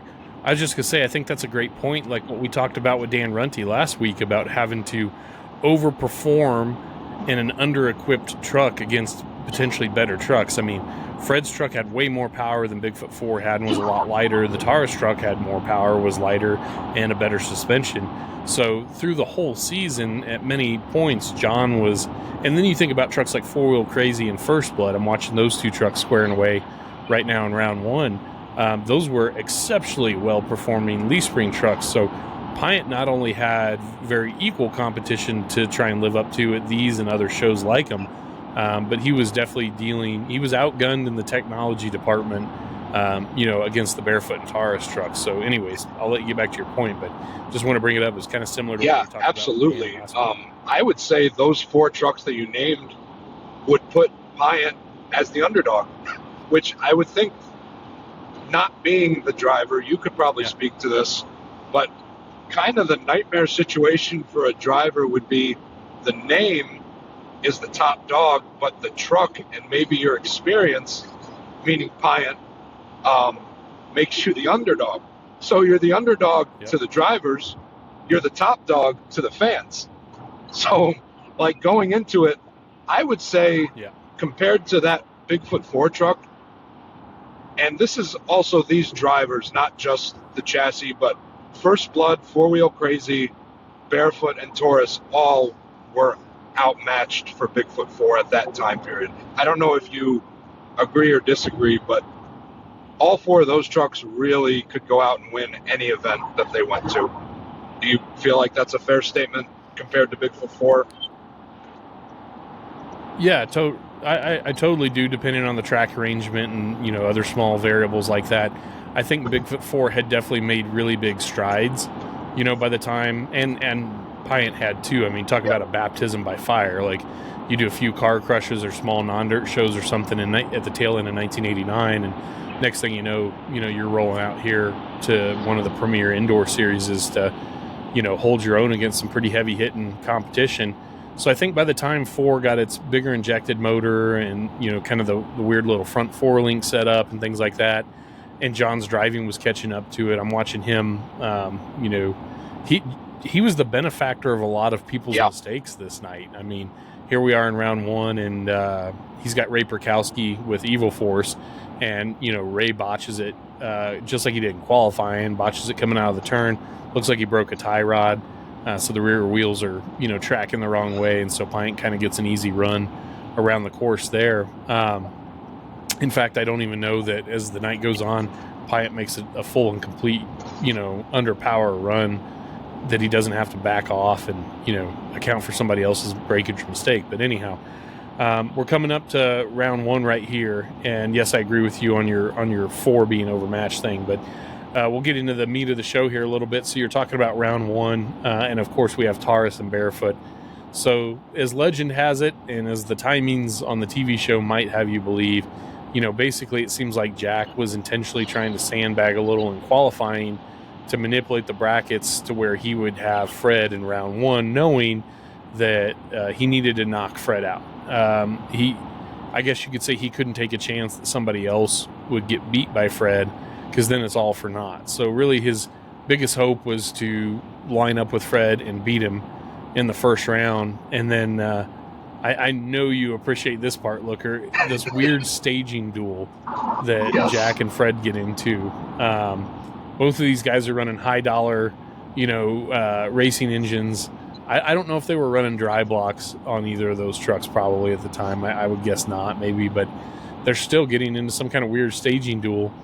And Looker, my favorite part is right here. Jack Willman has had enough of Fred's shit on the line and he unbuckles and climbs out of Taurus and is now having a presumably strongly worded conversation with the officials, and he's making hand gestures at Fred. Like, stage that sumbitch, let's race. So what are your thoughts on honestly, this from a fan standpoint, and I will say from a event production standpoint, where I don't have necessarily a horse in the race of two drivers acting like this, I love it.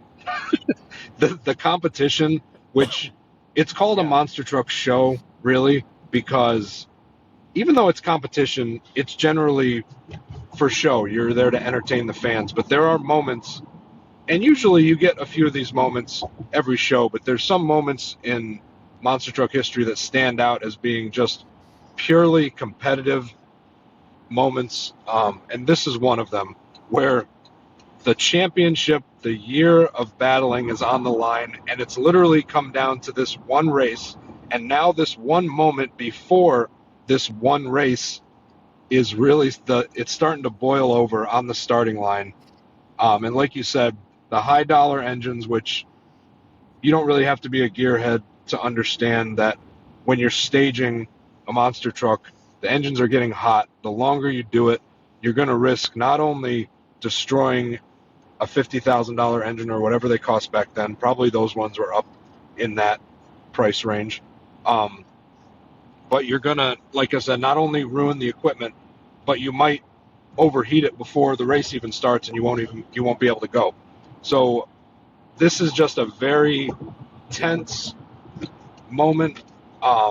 It's basically going to decide the entire season, this race as it comes up, and this is prime time where you see the real racers from just the people that enjoy going for a ride in a big truck, because a racer, which someone like Dan Runte would be able to really calm themselves in this moment and see the forest through the trees and say, okay, we're going to get through this race and go to the next round. But someone like Jack, not that he wasn't a racer by any means, but he's getting real upset at this staging duel, which he was also a part of, which you can't, I know you know this, you can't tell a racer, even though they have 50% or equal involvement in what created the problem, they're still not at fault, and everything's on the other guy.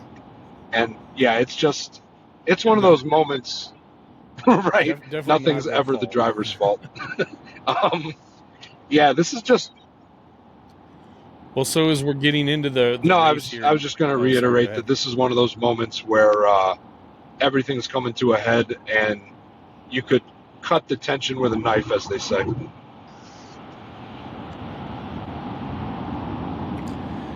So it's a couple things that are kind of funny to me here. So as they're, going through this staging duel and then starting the race, first off, what I love is apparently the greatest drivers to ever drive what I would call a Willman style chassis, which of course, Tom Mentz, even more than the Willmans, made that style famous on the big stage.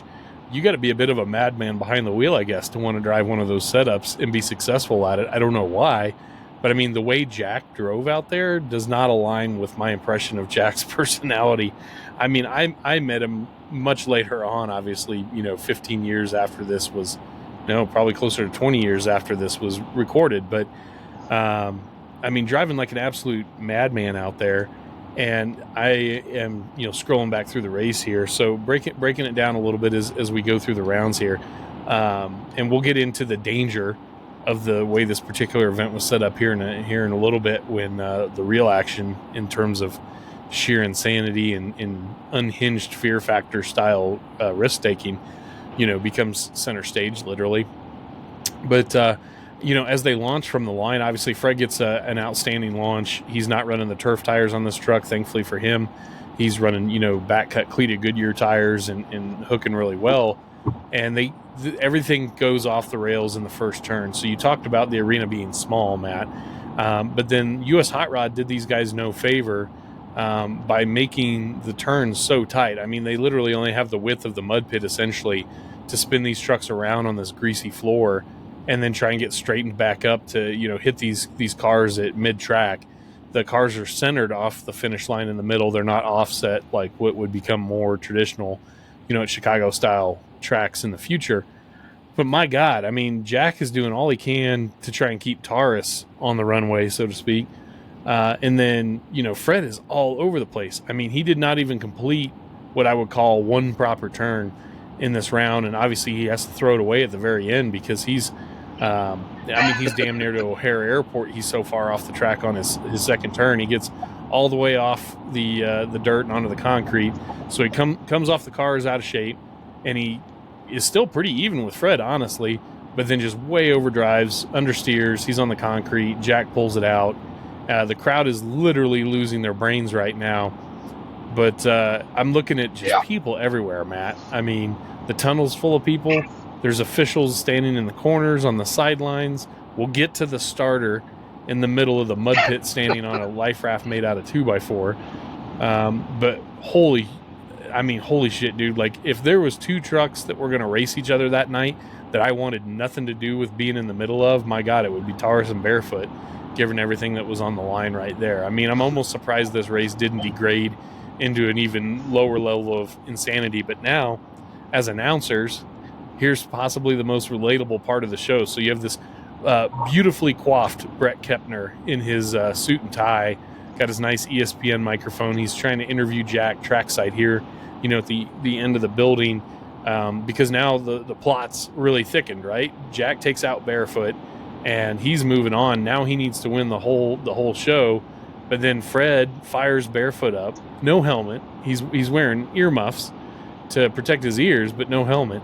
And he completes his run technically over the course by going over the cars, and it's pissing Bret Kepner off because Bret is trying to conduct an interview, and something tells me Bret might have been a little bit of maybe not hot-tempered, but a very spicy Italian type dude on the microphone at these shows. And oh man, I wish you were watching this with me right now, Matt, but I know you know the look on his face.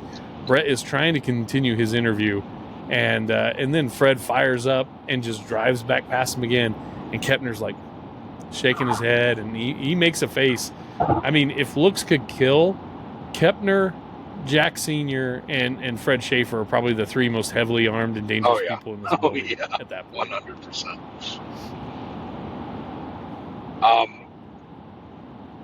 So as an announcer, how much do you love it when you are trying to conduct an interview and then somebody casually fires up their monster truck and drives right by?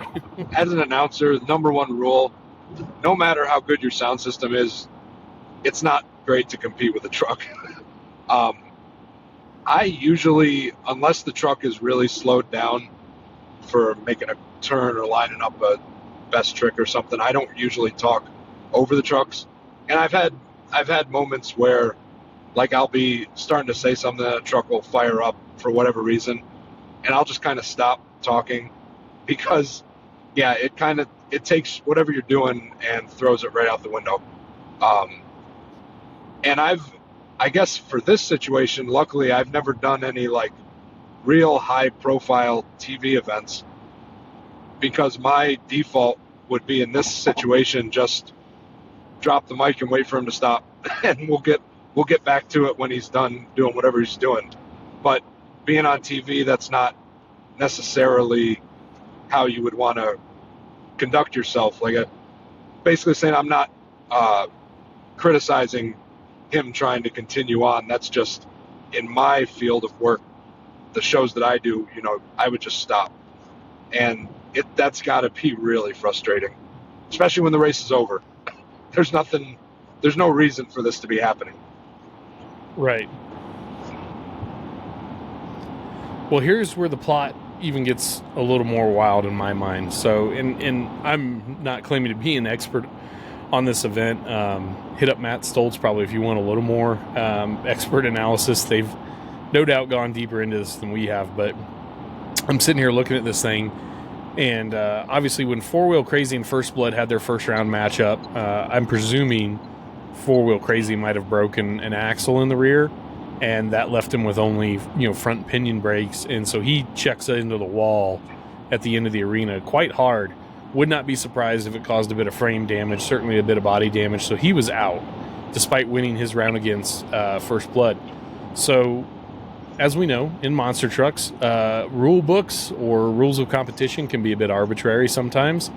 So for this event now, US Hot Rod reinstates Barefoot into the second round because of four-wheel crazy braking, even though First Blood, in my mind, First Blood, he lost the race barely to four-wheel crazy. Well, then you should have brought him back, or based on time, you should have brought a fast loser back, whoever that was. Well, Fred took 3.5, 4 minutes to complete his run, as we just documented, while the interview with Bret Kepner was happening. So in that seems a bit daft to me that you would import Fred back into the show and essentially handing him the championship at that point, because even though he goes out and gets spanked by the Ecology Eliminator, which I'm watching right now, by making that second round appearance, he gained enough losing points to essentially lock up the championship, is kind of how I understood it. Just trying to figure this mess of a show out. But in your eyes, Looker, why the hell would they bring... I mean, unless there was an agenda for Fred to win the title over Taurus, or to just try and keep the most out of control and exciting driver on the track one more time, which honestly, he makes a pretty weak sauce run right here as he gets beat by Ecology Eliminator. But don't you, or do you agree or disagree? Like, should they have brought Fred back, or should they have brought First Blood back, or whoever the true fast loser and was? Going off of US Hot Rod rules, which I don't know how many casual fans know this, but the US Hot Rod rule book is still used today. Like, they've made upgrades to it. Obviously, they change it year to year, mostly for safety. They still use the same rules that they used back then, to my knowledge of racing. And yeah, First Blood should have come back. But in my mind, because monster trucks are more of an entertainment than a motorsport, don't crucify me for that, but it's the truth. You want the show to be palatable to the fans more than you want the hardcore competition, if you had to choose one. I think that's fair to say, because people coming to the shows are why the events happen. Anyways, in my mind, what immediately sticks out is what probably happened if I had to bet some money on. First Blood could not make it back either on time because he got out and went to his hauler and they couldn't find Rob, or he broke. And Fred might have been the only truck that could have come back for that race. That's probably, if I had to bet, like I said, that is it. Well, they're Go ahead. So it would not surprise me if I think First Blood on time, just watching the runs, probably would have been, excuse me, the fast loser. He ran a hell of a race. I definitely think he was faster than AMPM Rocket, who got defeated by Ecology Eliminator. Barefoot took 3.5 days to finish his run during Kepner's interview, so he's out as far as a legitimate fast loser goes. And Evil Force, broke his tie rod and spun out against Bigfoot. So First Blood, by virtue of the fact the truck that he defeated crashed, and he was, I'm going to say it, the fast loser. To me, that's like 2 check marks of why you would bring First Blood back. They justify in the show they brought Fred back from the first round based on his qualifying time. So obviously he ran really hard in qualifying, and I think was P1, versus, Jack was playing some games to line the brackets up. So not being there, this is wild, baseless speculation on my part. Do you think this was some sort of a slap on the wrist to Jack for, sandbagging and qualifying and saying, well, look, this guy actually tried and charged the track to get, a fast qualifying time. So now as a reward, he's going to come back and race in the semis. That do you think absolutely could have been. And I think the only people that'll know is probably the event director at the time. That could have very well been a factor. And they said, okay, you know what? We're taking fast qualifier. Or maybe, I don't know at all. Did they bring fast did they bring replacement trucks back based on qualifying time? I don't know if that's the case or not. I would have to go back and watch more of the. Yeah, I would have to watch more of the 1990 season to guarantee if that was a case or not. But Correct. at that point, you can't call it a fast loser. Then, like, what do you call it? Because he wasn't the fast loser, but they reference him in the show as a fast loser. And typically, especially in today's world with monster trucks, I would agree with you. In contemporary times, that you actually want to do what's maybe best for the show, with some degree of reasoning behind it. But this is the first year for Camel as the series sponsor, and they're paying for real racing in the way it's presented here. That's fair. I mean, Fred secures the title essentially with being brought back as fast loser, and they hand him a $15,000 check in Victory Lane later this night. So that's some pretty serious coin. I mean, you adjust for inflation, that's a pretty sizable chunk of money, yeah. Handed out to Fred at the end of this night. So I think in this case, it's supposed to be. Oh shit! I lost internet connectivity. Can you still hear me? Oh, I got you now. Did I lose Sorry. you, buddy, or can you still hear me? Yep, got me back. I have no idea why my laptop does that periodically. It's like it jumps back and forth between 2.5 and 5 gigahertz on my Eero setup here, but. Okay. Anyways, I'll have to edit that out. But no, like what I was saying there, I'll do the funny little fucking, technical glitch thing. Wouldn't be bottom dead center without it. So before our technical glitch, what I was saying is, Camel's putting up a lot of money for this to be some kind of legitimate, respectful, or respectable, authentic racing series to a point. So to me, it just doesn't make sense to totally change the outcome of the championship based on not bringing back a fast loser. Because even if First Blood wasn't ready, then why couldn't they go find AM/PM Rocket? Now I get Evil Force is probably toast for the night, Four Wheel Crazy is probably toast for the night, but based on like completing the track and stuff like that, I don't see, in this case, between Camel Mud Monsters and Penda following TNT, that this is, I mean, if I was going to rank all three of them, I would say Penda was probably the most authentic hardcore racing, followed by TNT series from 88 through 90, and then, Mud Monster series. But, I mean, this is a different time in the sport. So, in my mind, they should have been, maybe a little more by the book, I guess, on some of this stuff. But that kind of makes it all for naught, as far as Taurus, I guess, is concerned, trying to go forward with the show. But then we start to get into some continuing drama, because I don't know if Jack realizes that. I wonder, excuse me, I wonder if Jack still thinks that, winning the overall event might get him that championship.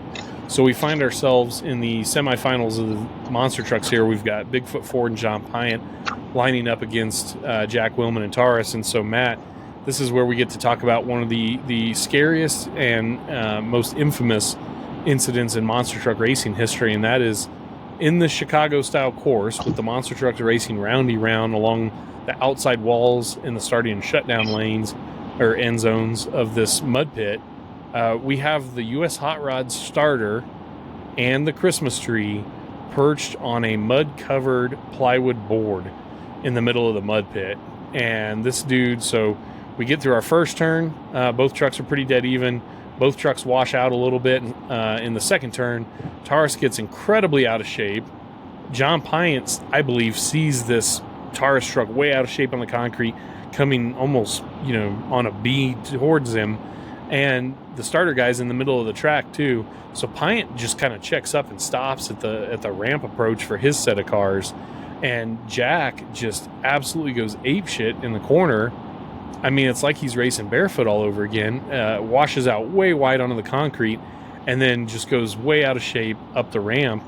And essentially, the way it looks to me on repeated replays of this, very low quality, what we have left of it, this broadcast, but it really looks to me, and I just cannot believe Jack did that. Like, he must have just went, I don't know, dude, like wild-eyed and just saw red and didn't think about that starter guy standing there. I mean, in a driver's defense, there should not be a starter guy in the mud pit and a Chicago South. I mean, he's right by the fucking cars. and Jack essentially, it looks like, hits the light fixture, the Christmas tree fixture, and that also is hitting the starter guy and knocks him down into the mud. And to me, watching this 3 or 4 times this morning, it almost looks to me like, had Jack's front tire not clipped the Christmas tree and knocked this dude down, then the back tire of Taurus was probably going to obliterate that guy. I know you can't see it while you're driving, Looker, but I'm sure you have a pretty good visual memory of this incident. But what a horrific outcome that could have had with just a matter of inches difference. I can definitely picture it in my head because of how just close to absolute mayhem it was in front of that group of people.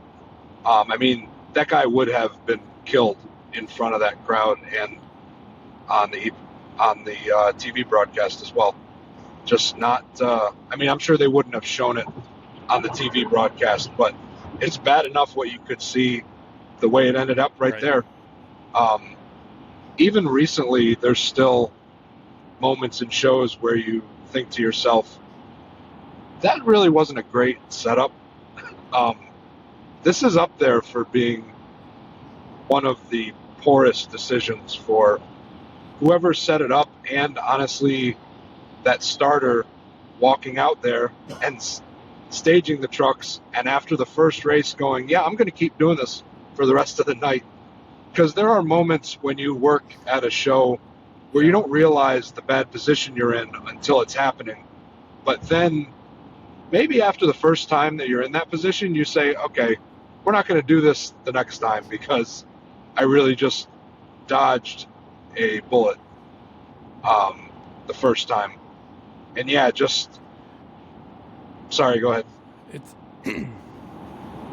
It's just crazy. It's just crazy to me that we still keep making mistakes similar to this now, willingly, and there was a photo that circulated while we were on our summer vacation, such as it was, of, I think it was Mike Welch announcing with Jeff Bursey driving a truck or something like that, if I recall. And I mean, Mike's like pulling an old school Bret Kepner move where he's feet away from Jeff's truck as it's launching, and he's standing there announcing, and I mean, I guess objectively you're like, dang, that's badass, I guess. But for me, all I just saw was red flags. I'm like, well, that's really worrisome. Like, it's not a good look, everybody.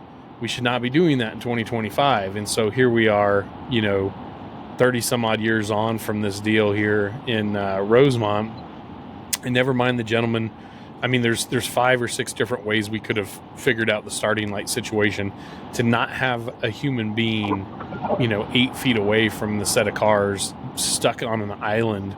Like I said, a life raft, basically, a piece of plywood. Like he's Rose in the Titanic floating on a board out in the middle of this mud pit. But then you've got the people doing the staging, standing, I was really, really had it drilled in my head a long time ago. Don't ever be between a monster truck and a wall, right? Like you definitely don't want to be, whether it's a parked monster truck, parked in the pits, you don't want to be between that truck and the wall in case that truck gets hit by a running vehicle. And certainly you need to have somewhere to get back into where the truck can't get to you. And there's people all over this floor. Not for the first time. You watch these old videos and you're like, how the hell did a whole slew of people not get hurt out here? I mean, that's really a scary deal. It almost looks to me like there's people sitting on the rails in places of the stands. Maybe I'm seeing that wrong. I don't know. It looks kind of funny. I got everything paused right now. But you've got, the tunnel full of people. Like when 4 Wheel Crazy smacked the wall by the tunnel, using the wall to stop himself. There was a tunnel full of people standing right there. I mean, if he'd have went for the tunnel instead of the wall, who knows what would have happened then. And like you said, there's not a ton of good, vom access, off the floor or the seats. It's just kind of a, old school arena. So, unpausing it here, just a horrific deal. And so adding to the confusion and the chaos here, I have heard the theory proposed that the Bigfoot team may have thought that Jack was still in contention for the world title, despite Barefoot being brought back, excuse me, as fast loser, heavy quote, fast qualifier. And so the thought was Pyatt was going to throw the race, or did try and throw the race at some point. So I'm watching this again, and I'm not saying Bigfoot was above necessarily, not wanting Fred to win the title and everything. I feel like Bigfoot always had a pretty good relationship with Jack, maybe more so than Fred. But first start and first turn, Pyatt's on his game right here.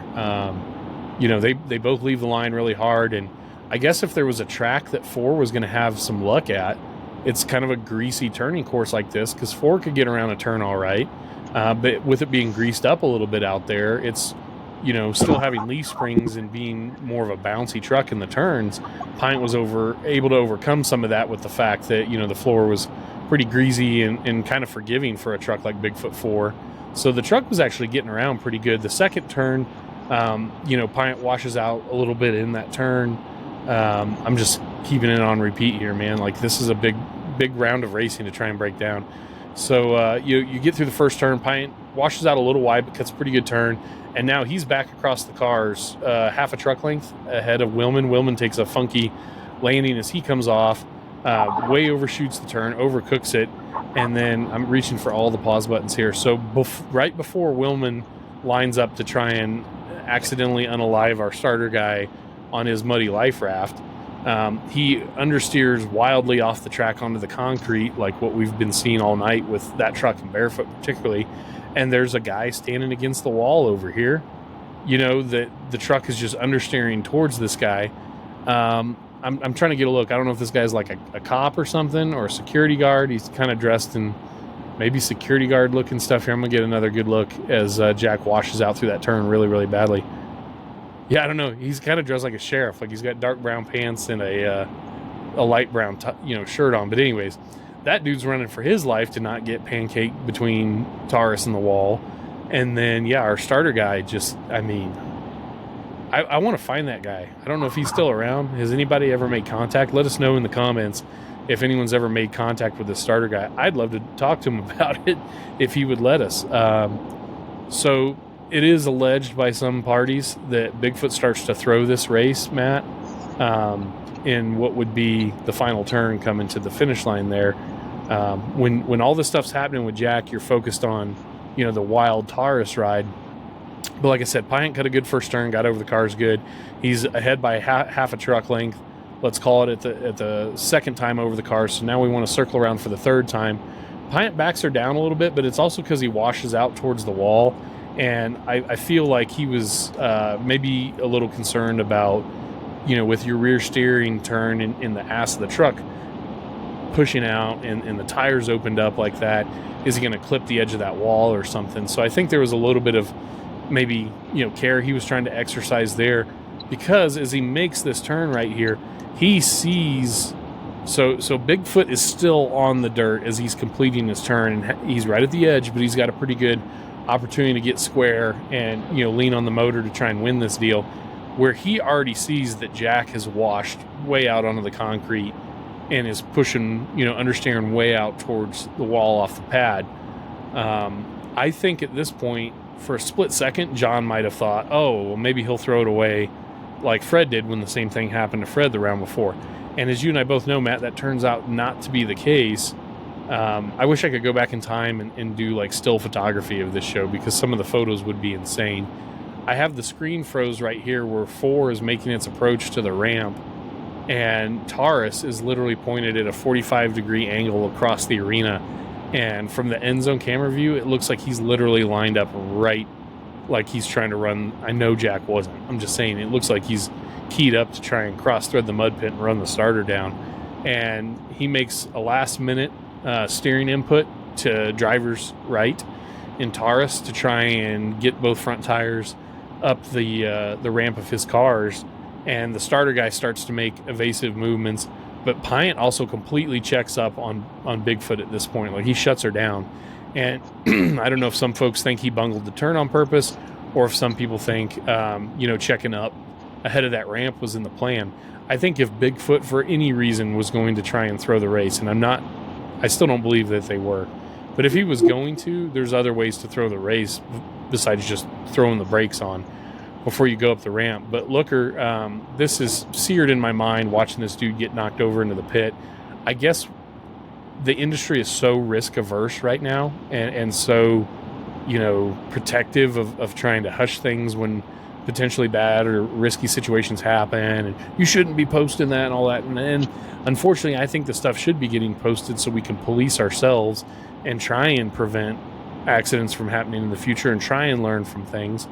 But contrary to the way things kind of seem now, they show the replay multiple times here of this dude about getting mowed down. It's quite the contrast to how things are now. There's a Penda race with Rampage breaking a wheel off that Army Armstrong is on the call and says, why wasn't the RI used in this race? Like something that would never have made it to the cutting room floor nowadays. I will say, to kind of break the fourth wall a little bit with Monster Jam, during the, at least I haven't worked for them for a few years, but used to be every year they'd have the Tech Official Summit, and during like the safety and RII meetings we would watch clips from Monster Jam and other promoters of things that went badly.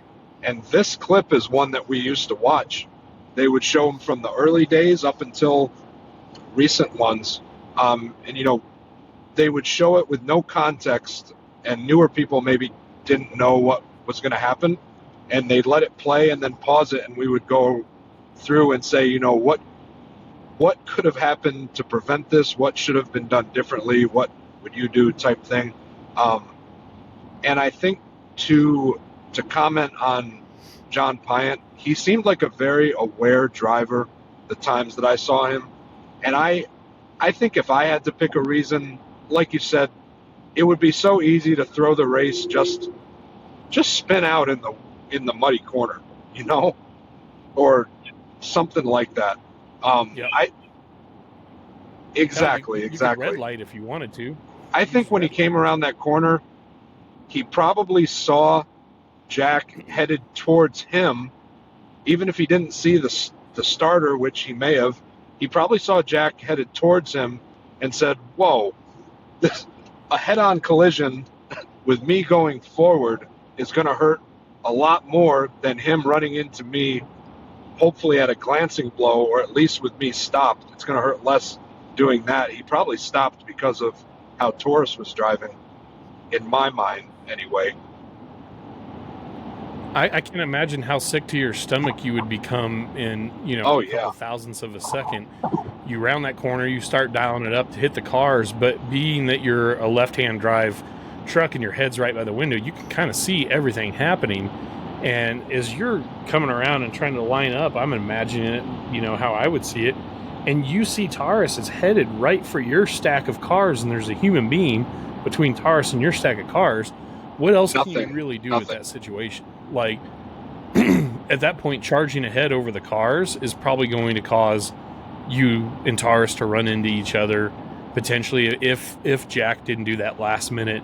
I mean, Jack kind of saved that dude's life in a way by just making that last minute steering correction to try and stay on his set of cars, and that little berm from the mud pit wall probably helped deflect a little of Taurus's, trajectory and energy to just enough of a point that it, knocked the Christmas tree into that guy and knocked his ass down and saved his life, basically. And then Pyant, starts to get out of the way. Real quick, he gives it a burp of the throttle at the last second when it looks like Jack's going to hit him, and he up onto the car. But then he stops again because he can see down there at the starter guy as they almost obliterate the starter guy here, and they showed that replay like multiple times. But in Pyant's defense, I don't think he was throwing the race. He checked up, thought he was going to get driven right at by Taurus. Taurus makes that last minute, steering correction to save that dude's life and to try and stay on his cars. And then Pyant gags the throttle one time to try and get out of the way of Taurus as it's blasting through the mud pit the wrong way. And then he immediately stops. And as a driver, right then and there, it looks like you're looking outside the left-hand window of your truck. And that guy picks himself up out of the mud really quick. And I think as Pyant saw that, like, holy shit, that guy's alive. This is good. I'm getting out of the way. And so I would love to have John on at some point there's a young Dan Runte standing on the front wheel and step of Bigfoot 4 with Pyant there. That was kind of actually a cool shot of Dan.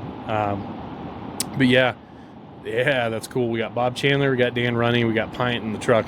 So what do you do if you're John Pyant? I mean, I think you nailed it, Matt. I mean, he was a former very successful BMX rider before being a crew guy and eventually a driver for Bigfoot. So I think your self-awareness, your spatial awareness, doing stuff. I've never done BMX riding, shocker, but it would occur to me when you've got a lot of other riders around you in an environment like that, you probably need to be pretty aware of what's going on around you. And Pyant seemed to be, he was not driving on the ragged edge. So here we are now. Pyant wins his first round because somebody messes up her brakes. He's now won in the semifinals because Taurus messed up. And so now he's headed to the finals. But before we move on from that, I just want to know if you had any other last thoughts as far as like talking about, some of the safety aspects of, what you were learning at the U.S. Hot Rod Summits and stuff like that. What were some of the impressions they gave you of an incident like this? I mean, it comes down to just planning where you're going to have your staff. You could have staged the trucks. You could have run lights in either corner. It should have been thought out better, was basically the end all with that. There could have been a lot of different ways to do it. They shouldn't have thought of that of being the solution. That was really all we had talked about on it. The other thing that I wanted to mention about that, from an announcing perspective, I think the guy with the next biggest pit in his stomach, besides John Pyant, is Bret Kepner. Because you not only have to watch this, but now you have to relay your thoughts onto a microphone for all these people. And I've luckily never yet, and hopefully never will, have to MC a show where someone is hurt. But as you're watching this guy, depending on his vantage point, you maybe just thought you saw somebody get run over by a monster truck, and you've now got to say something to calm the crowd down. And I think Bret did a fantastic job of keeping the energy up, but mitigating some of the horror that was probably coursing through that arena. I thought that was worth mentioning, because that's a terrible situation to be in as an announcer. There's just so many people walking behind monster trucks. Like, a truck stops at the very end of the arena, and when you're driving a monster truck, I'm here to tell you, when you make your pass and you stop at the end of the arena and you're almost nosed up to a wall or whatever else, the first thing you're going to do is find reverse and then get backed out of there and figure out, all right, did I win, did I lose, what's going on? And instead, there's people running right behind these trucks out here. I mean, this is a master class in things we shouldn't do, and even then shouldn't have been doing, but certainly not today shouldn't be doing. And to your point about Bret Kepner kind of keeping cool like that, I mean, talk about a professional. I love Army Armstrong, but you brought that up earlier about, why wasn't the RII used? And I mean, there's definitely some older TNT races. I want to say maybe when Mike Witt endoed Stomper in Charlotte, and Army's yelling on the mic at the people on the floor, get the man out of there, hit the, turn the fuel off. Like, Army was almost like overreacting, trying to guide, what was happening a little too much. I don't see Bret necessarily doing something like that. Although there was a call. Oh, it was when the Quadzilla Jeep rolled over backwards in, what was that, Philly? In like 86, it's in one of our OSMT Tough Cuts or Medium Raw episodes. And Kepner was announcing, and you can hear him, get him out of the machine! Get him out of the machine! So, like, even he got worked up about stuff, at some point. But, Looker, when you and I first worked together for Monster Truck Throwdown, we did that event in Peace River, Alberta. You're going to have to use Google Maps to find that place, everybody. It's up there. But remember, one of our freestyle motocross riders made a mistake, and I'm pretty sure like he broke his shin or something. It was pretty gnarly. I didn't need to see it up close, I can tell you that. But you were running the show from the ops side of things, and I was announcing. And I remember having to kill damn near a half-hour time probably before the ambulance could get his leg stabilized and get him off to the hospital. And while that was not necessarily monster truck related, your point about the knot in your stomach as you're trying to like chill the crowd out, you wanted to just cut to intermission, like everybody leave and go to the souvenir stand and just I need a minute to figure this out. It's not a fun part of your announcing job, I'll tell you that. Oh yeah, it's not great when you have to fill time during a show, and it's really not great when you have to fill time because the entire crowd can see that somebody got hurt, which is never the plan at a monster truck show or any motorsport event. No, I remember doing, as a crew guy for Hall Brothers, the Essex Junction, Vermont Jamboree one year, and a tough truck guy, I want to say he was in a Nissan Pathfinder, maybe, like an older, the two-door Pathfinders from back in the day, and he finished his run on the tough truck course, you know, and they were solo runs at that Jamboree. It wasn't side-by-side, but, you know, brr, brr, brr, and he does the little S course they had laid out or whatever it was, but then at the far end of the track, you know, from where we were pitted at the far end of the track, there was a really big, like 8-foot high, whatever, dirt hill that Sergeant Smash had been using as part of its ride truck course, but also the monsters had been launching off of it during freestyle. And that dude just, I mean, he reached up to the dash and set it from pin it to win it. And he just rode that thing all the way down there. And we're like, oh my God, like it was like the scene in Monty Python and the Holy Grail where Sir Lancelot's running at the castle forever. And you have all this time to be like, well, that guy's definitely running this direction. And that's what that guy was doing. He was definitely, and we're just like, holy shit, he's going to do, and he just and sent that thing, and he landed, and you knew it was not good because it died and just coasted all the way up the little grassy knoll at the end of the track. And, you know, of course, he had to be extricated from the vehicle and taken out in an ambulance because he probably hurt his back or his neck or something. And I don't know whatever became of his condition, but, you know, Doc Riley, I think, was still on the mic for the Jamborees at the time, and Doc had to buy quite a bit of time because you couldn't put anything live on the track with first responders and ambulances and stuff, you know, on the course. So not a fun thing for an announcer, but moving along to tie up our Rosemont talks here. So we get to the finals. So Pyant was unable to complete a full pass in anger in round one because Evil Force broke. He was not able to complete a full pass in anger in round two because of the Taurus guy in the mud pit incident. And here I look at the finals, and shockingly, the starter gentleman is no longer in the middle of the mud pit for the finals. I'm actually looking to try and see here how they sent the trucks, maybe. I don't know if we had guys on either end trying to drop flags at the same time or what the deal was. They're not really showing it. I think they were waving a flag, like, really close to the center line of the track, maybe it looked like. In any event, Ecology Eliminator is having steering, and they say on the show that it's transmission issues. So he's struggling, and Pyant yet again wins a race without even having to complete a full lap around the track under, you know, full racing conditions. It's yellow flag after yellow flag after yellow flag for Pyant. So kind of a weak sauce ending, I would say, to some extent. And that's not taking away anything from the job that Pyant did, but just sort of a weak sauce ending to what is quote unquote, you know, the world finals here. So certainly it was certainly a show, Matt, and I'd have to look at schedule archives, but I bet obviously this was probably more than a one night only even back then, don't you think? They probably did a Friday and 2 Saturdays, or a Friday, Saturday, Sunday, you think? I would assume so. I don't know how hard they leaned into it being the world finals, but I would think there'd be at least 2 shows back then. Let's see if I can figure that out for us while we're discussing. But lasting impressions of this show. Sorry, go ahead. I was going to say the TNT show in Chicago at the what auditorium did TNT use in '89? It wasn't Rosemont Horizon. It was the Chicago, I believe it was called the International Amphitheater, which that's a really interesting old building with a lot of history we should cover in a future episode. Really interesting building. But yeah, I believe it was the Chicago Amphitheater.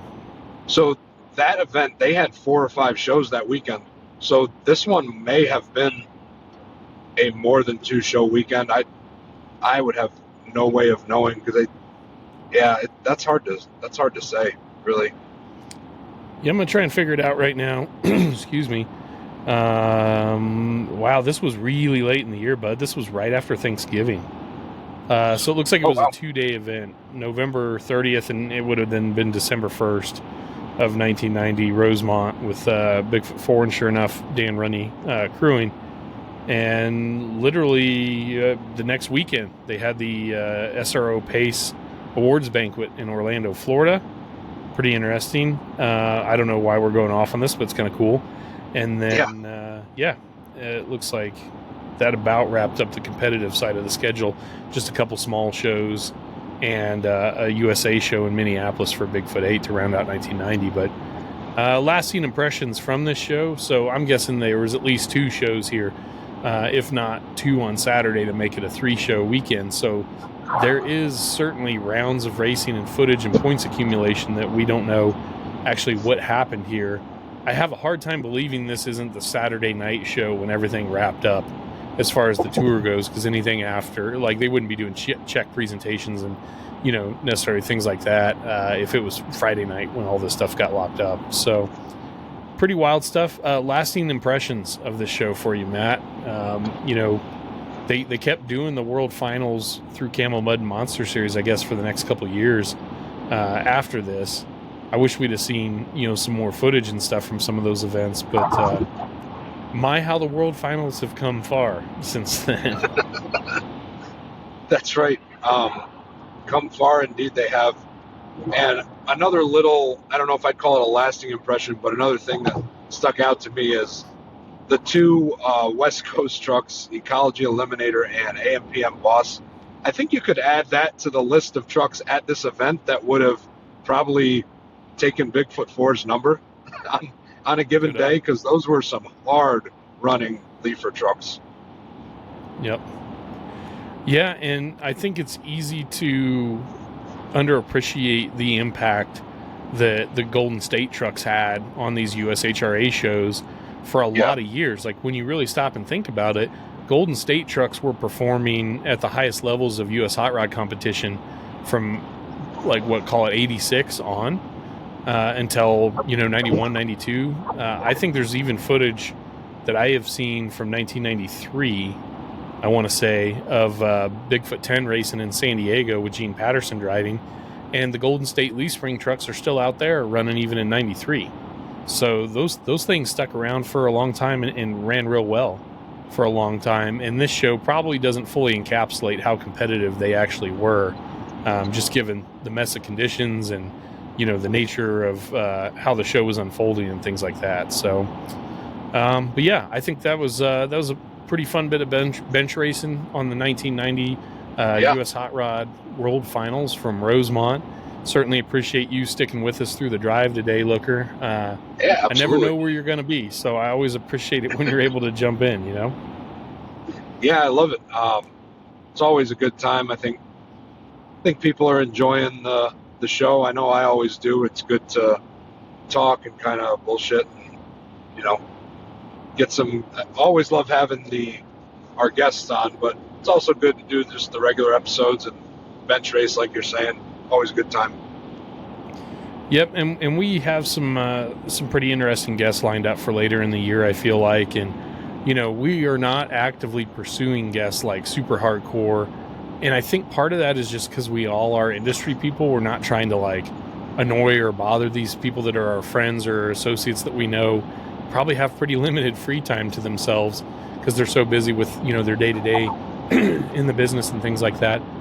But also, wanting to really build our own thing here and showcase our own, opinions and styles and thoughts and beliefs and that sort of stuff as well, too. And, we've debated quite a lot about, should we keep this a long format show or should we try and stay under an hour? And really yes, we know, especially this guy, long-winded, but we're trying to present what I would call a 2 or 3 hour sports block show about monster trucks rather than some sort of super concise podcast. You know what? It's here when you're ready for it. It's here when you want it. It's here when you're on a long drive where you've got some free time and you're wanting to, watch something about monster trucks that's, different, I guess I would say. So while we don't fit the mold of everybody else's show, that was never the goal. We just want to kind of keep doing our own thing. But, Looker, once again, want to thank you for sticking with us on your drive home. Hopefully we helped you get down the road a little bit,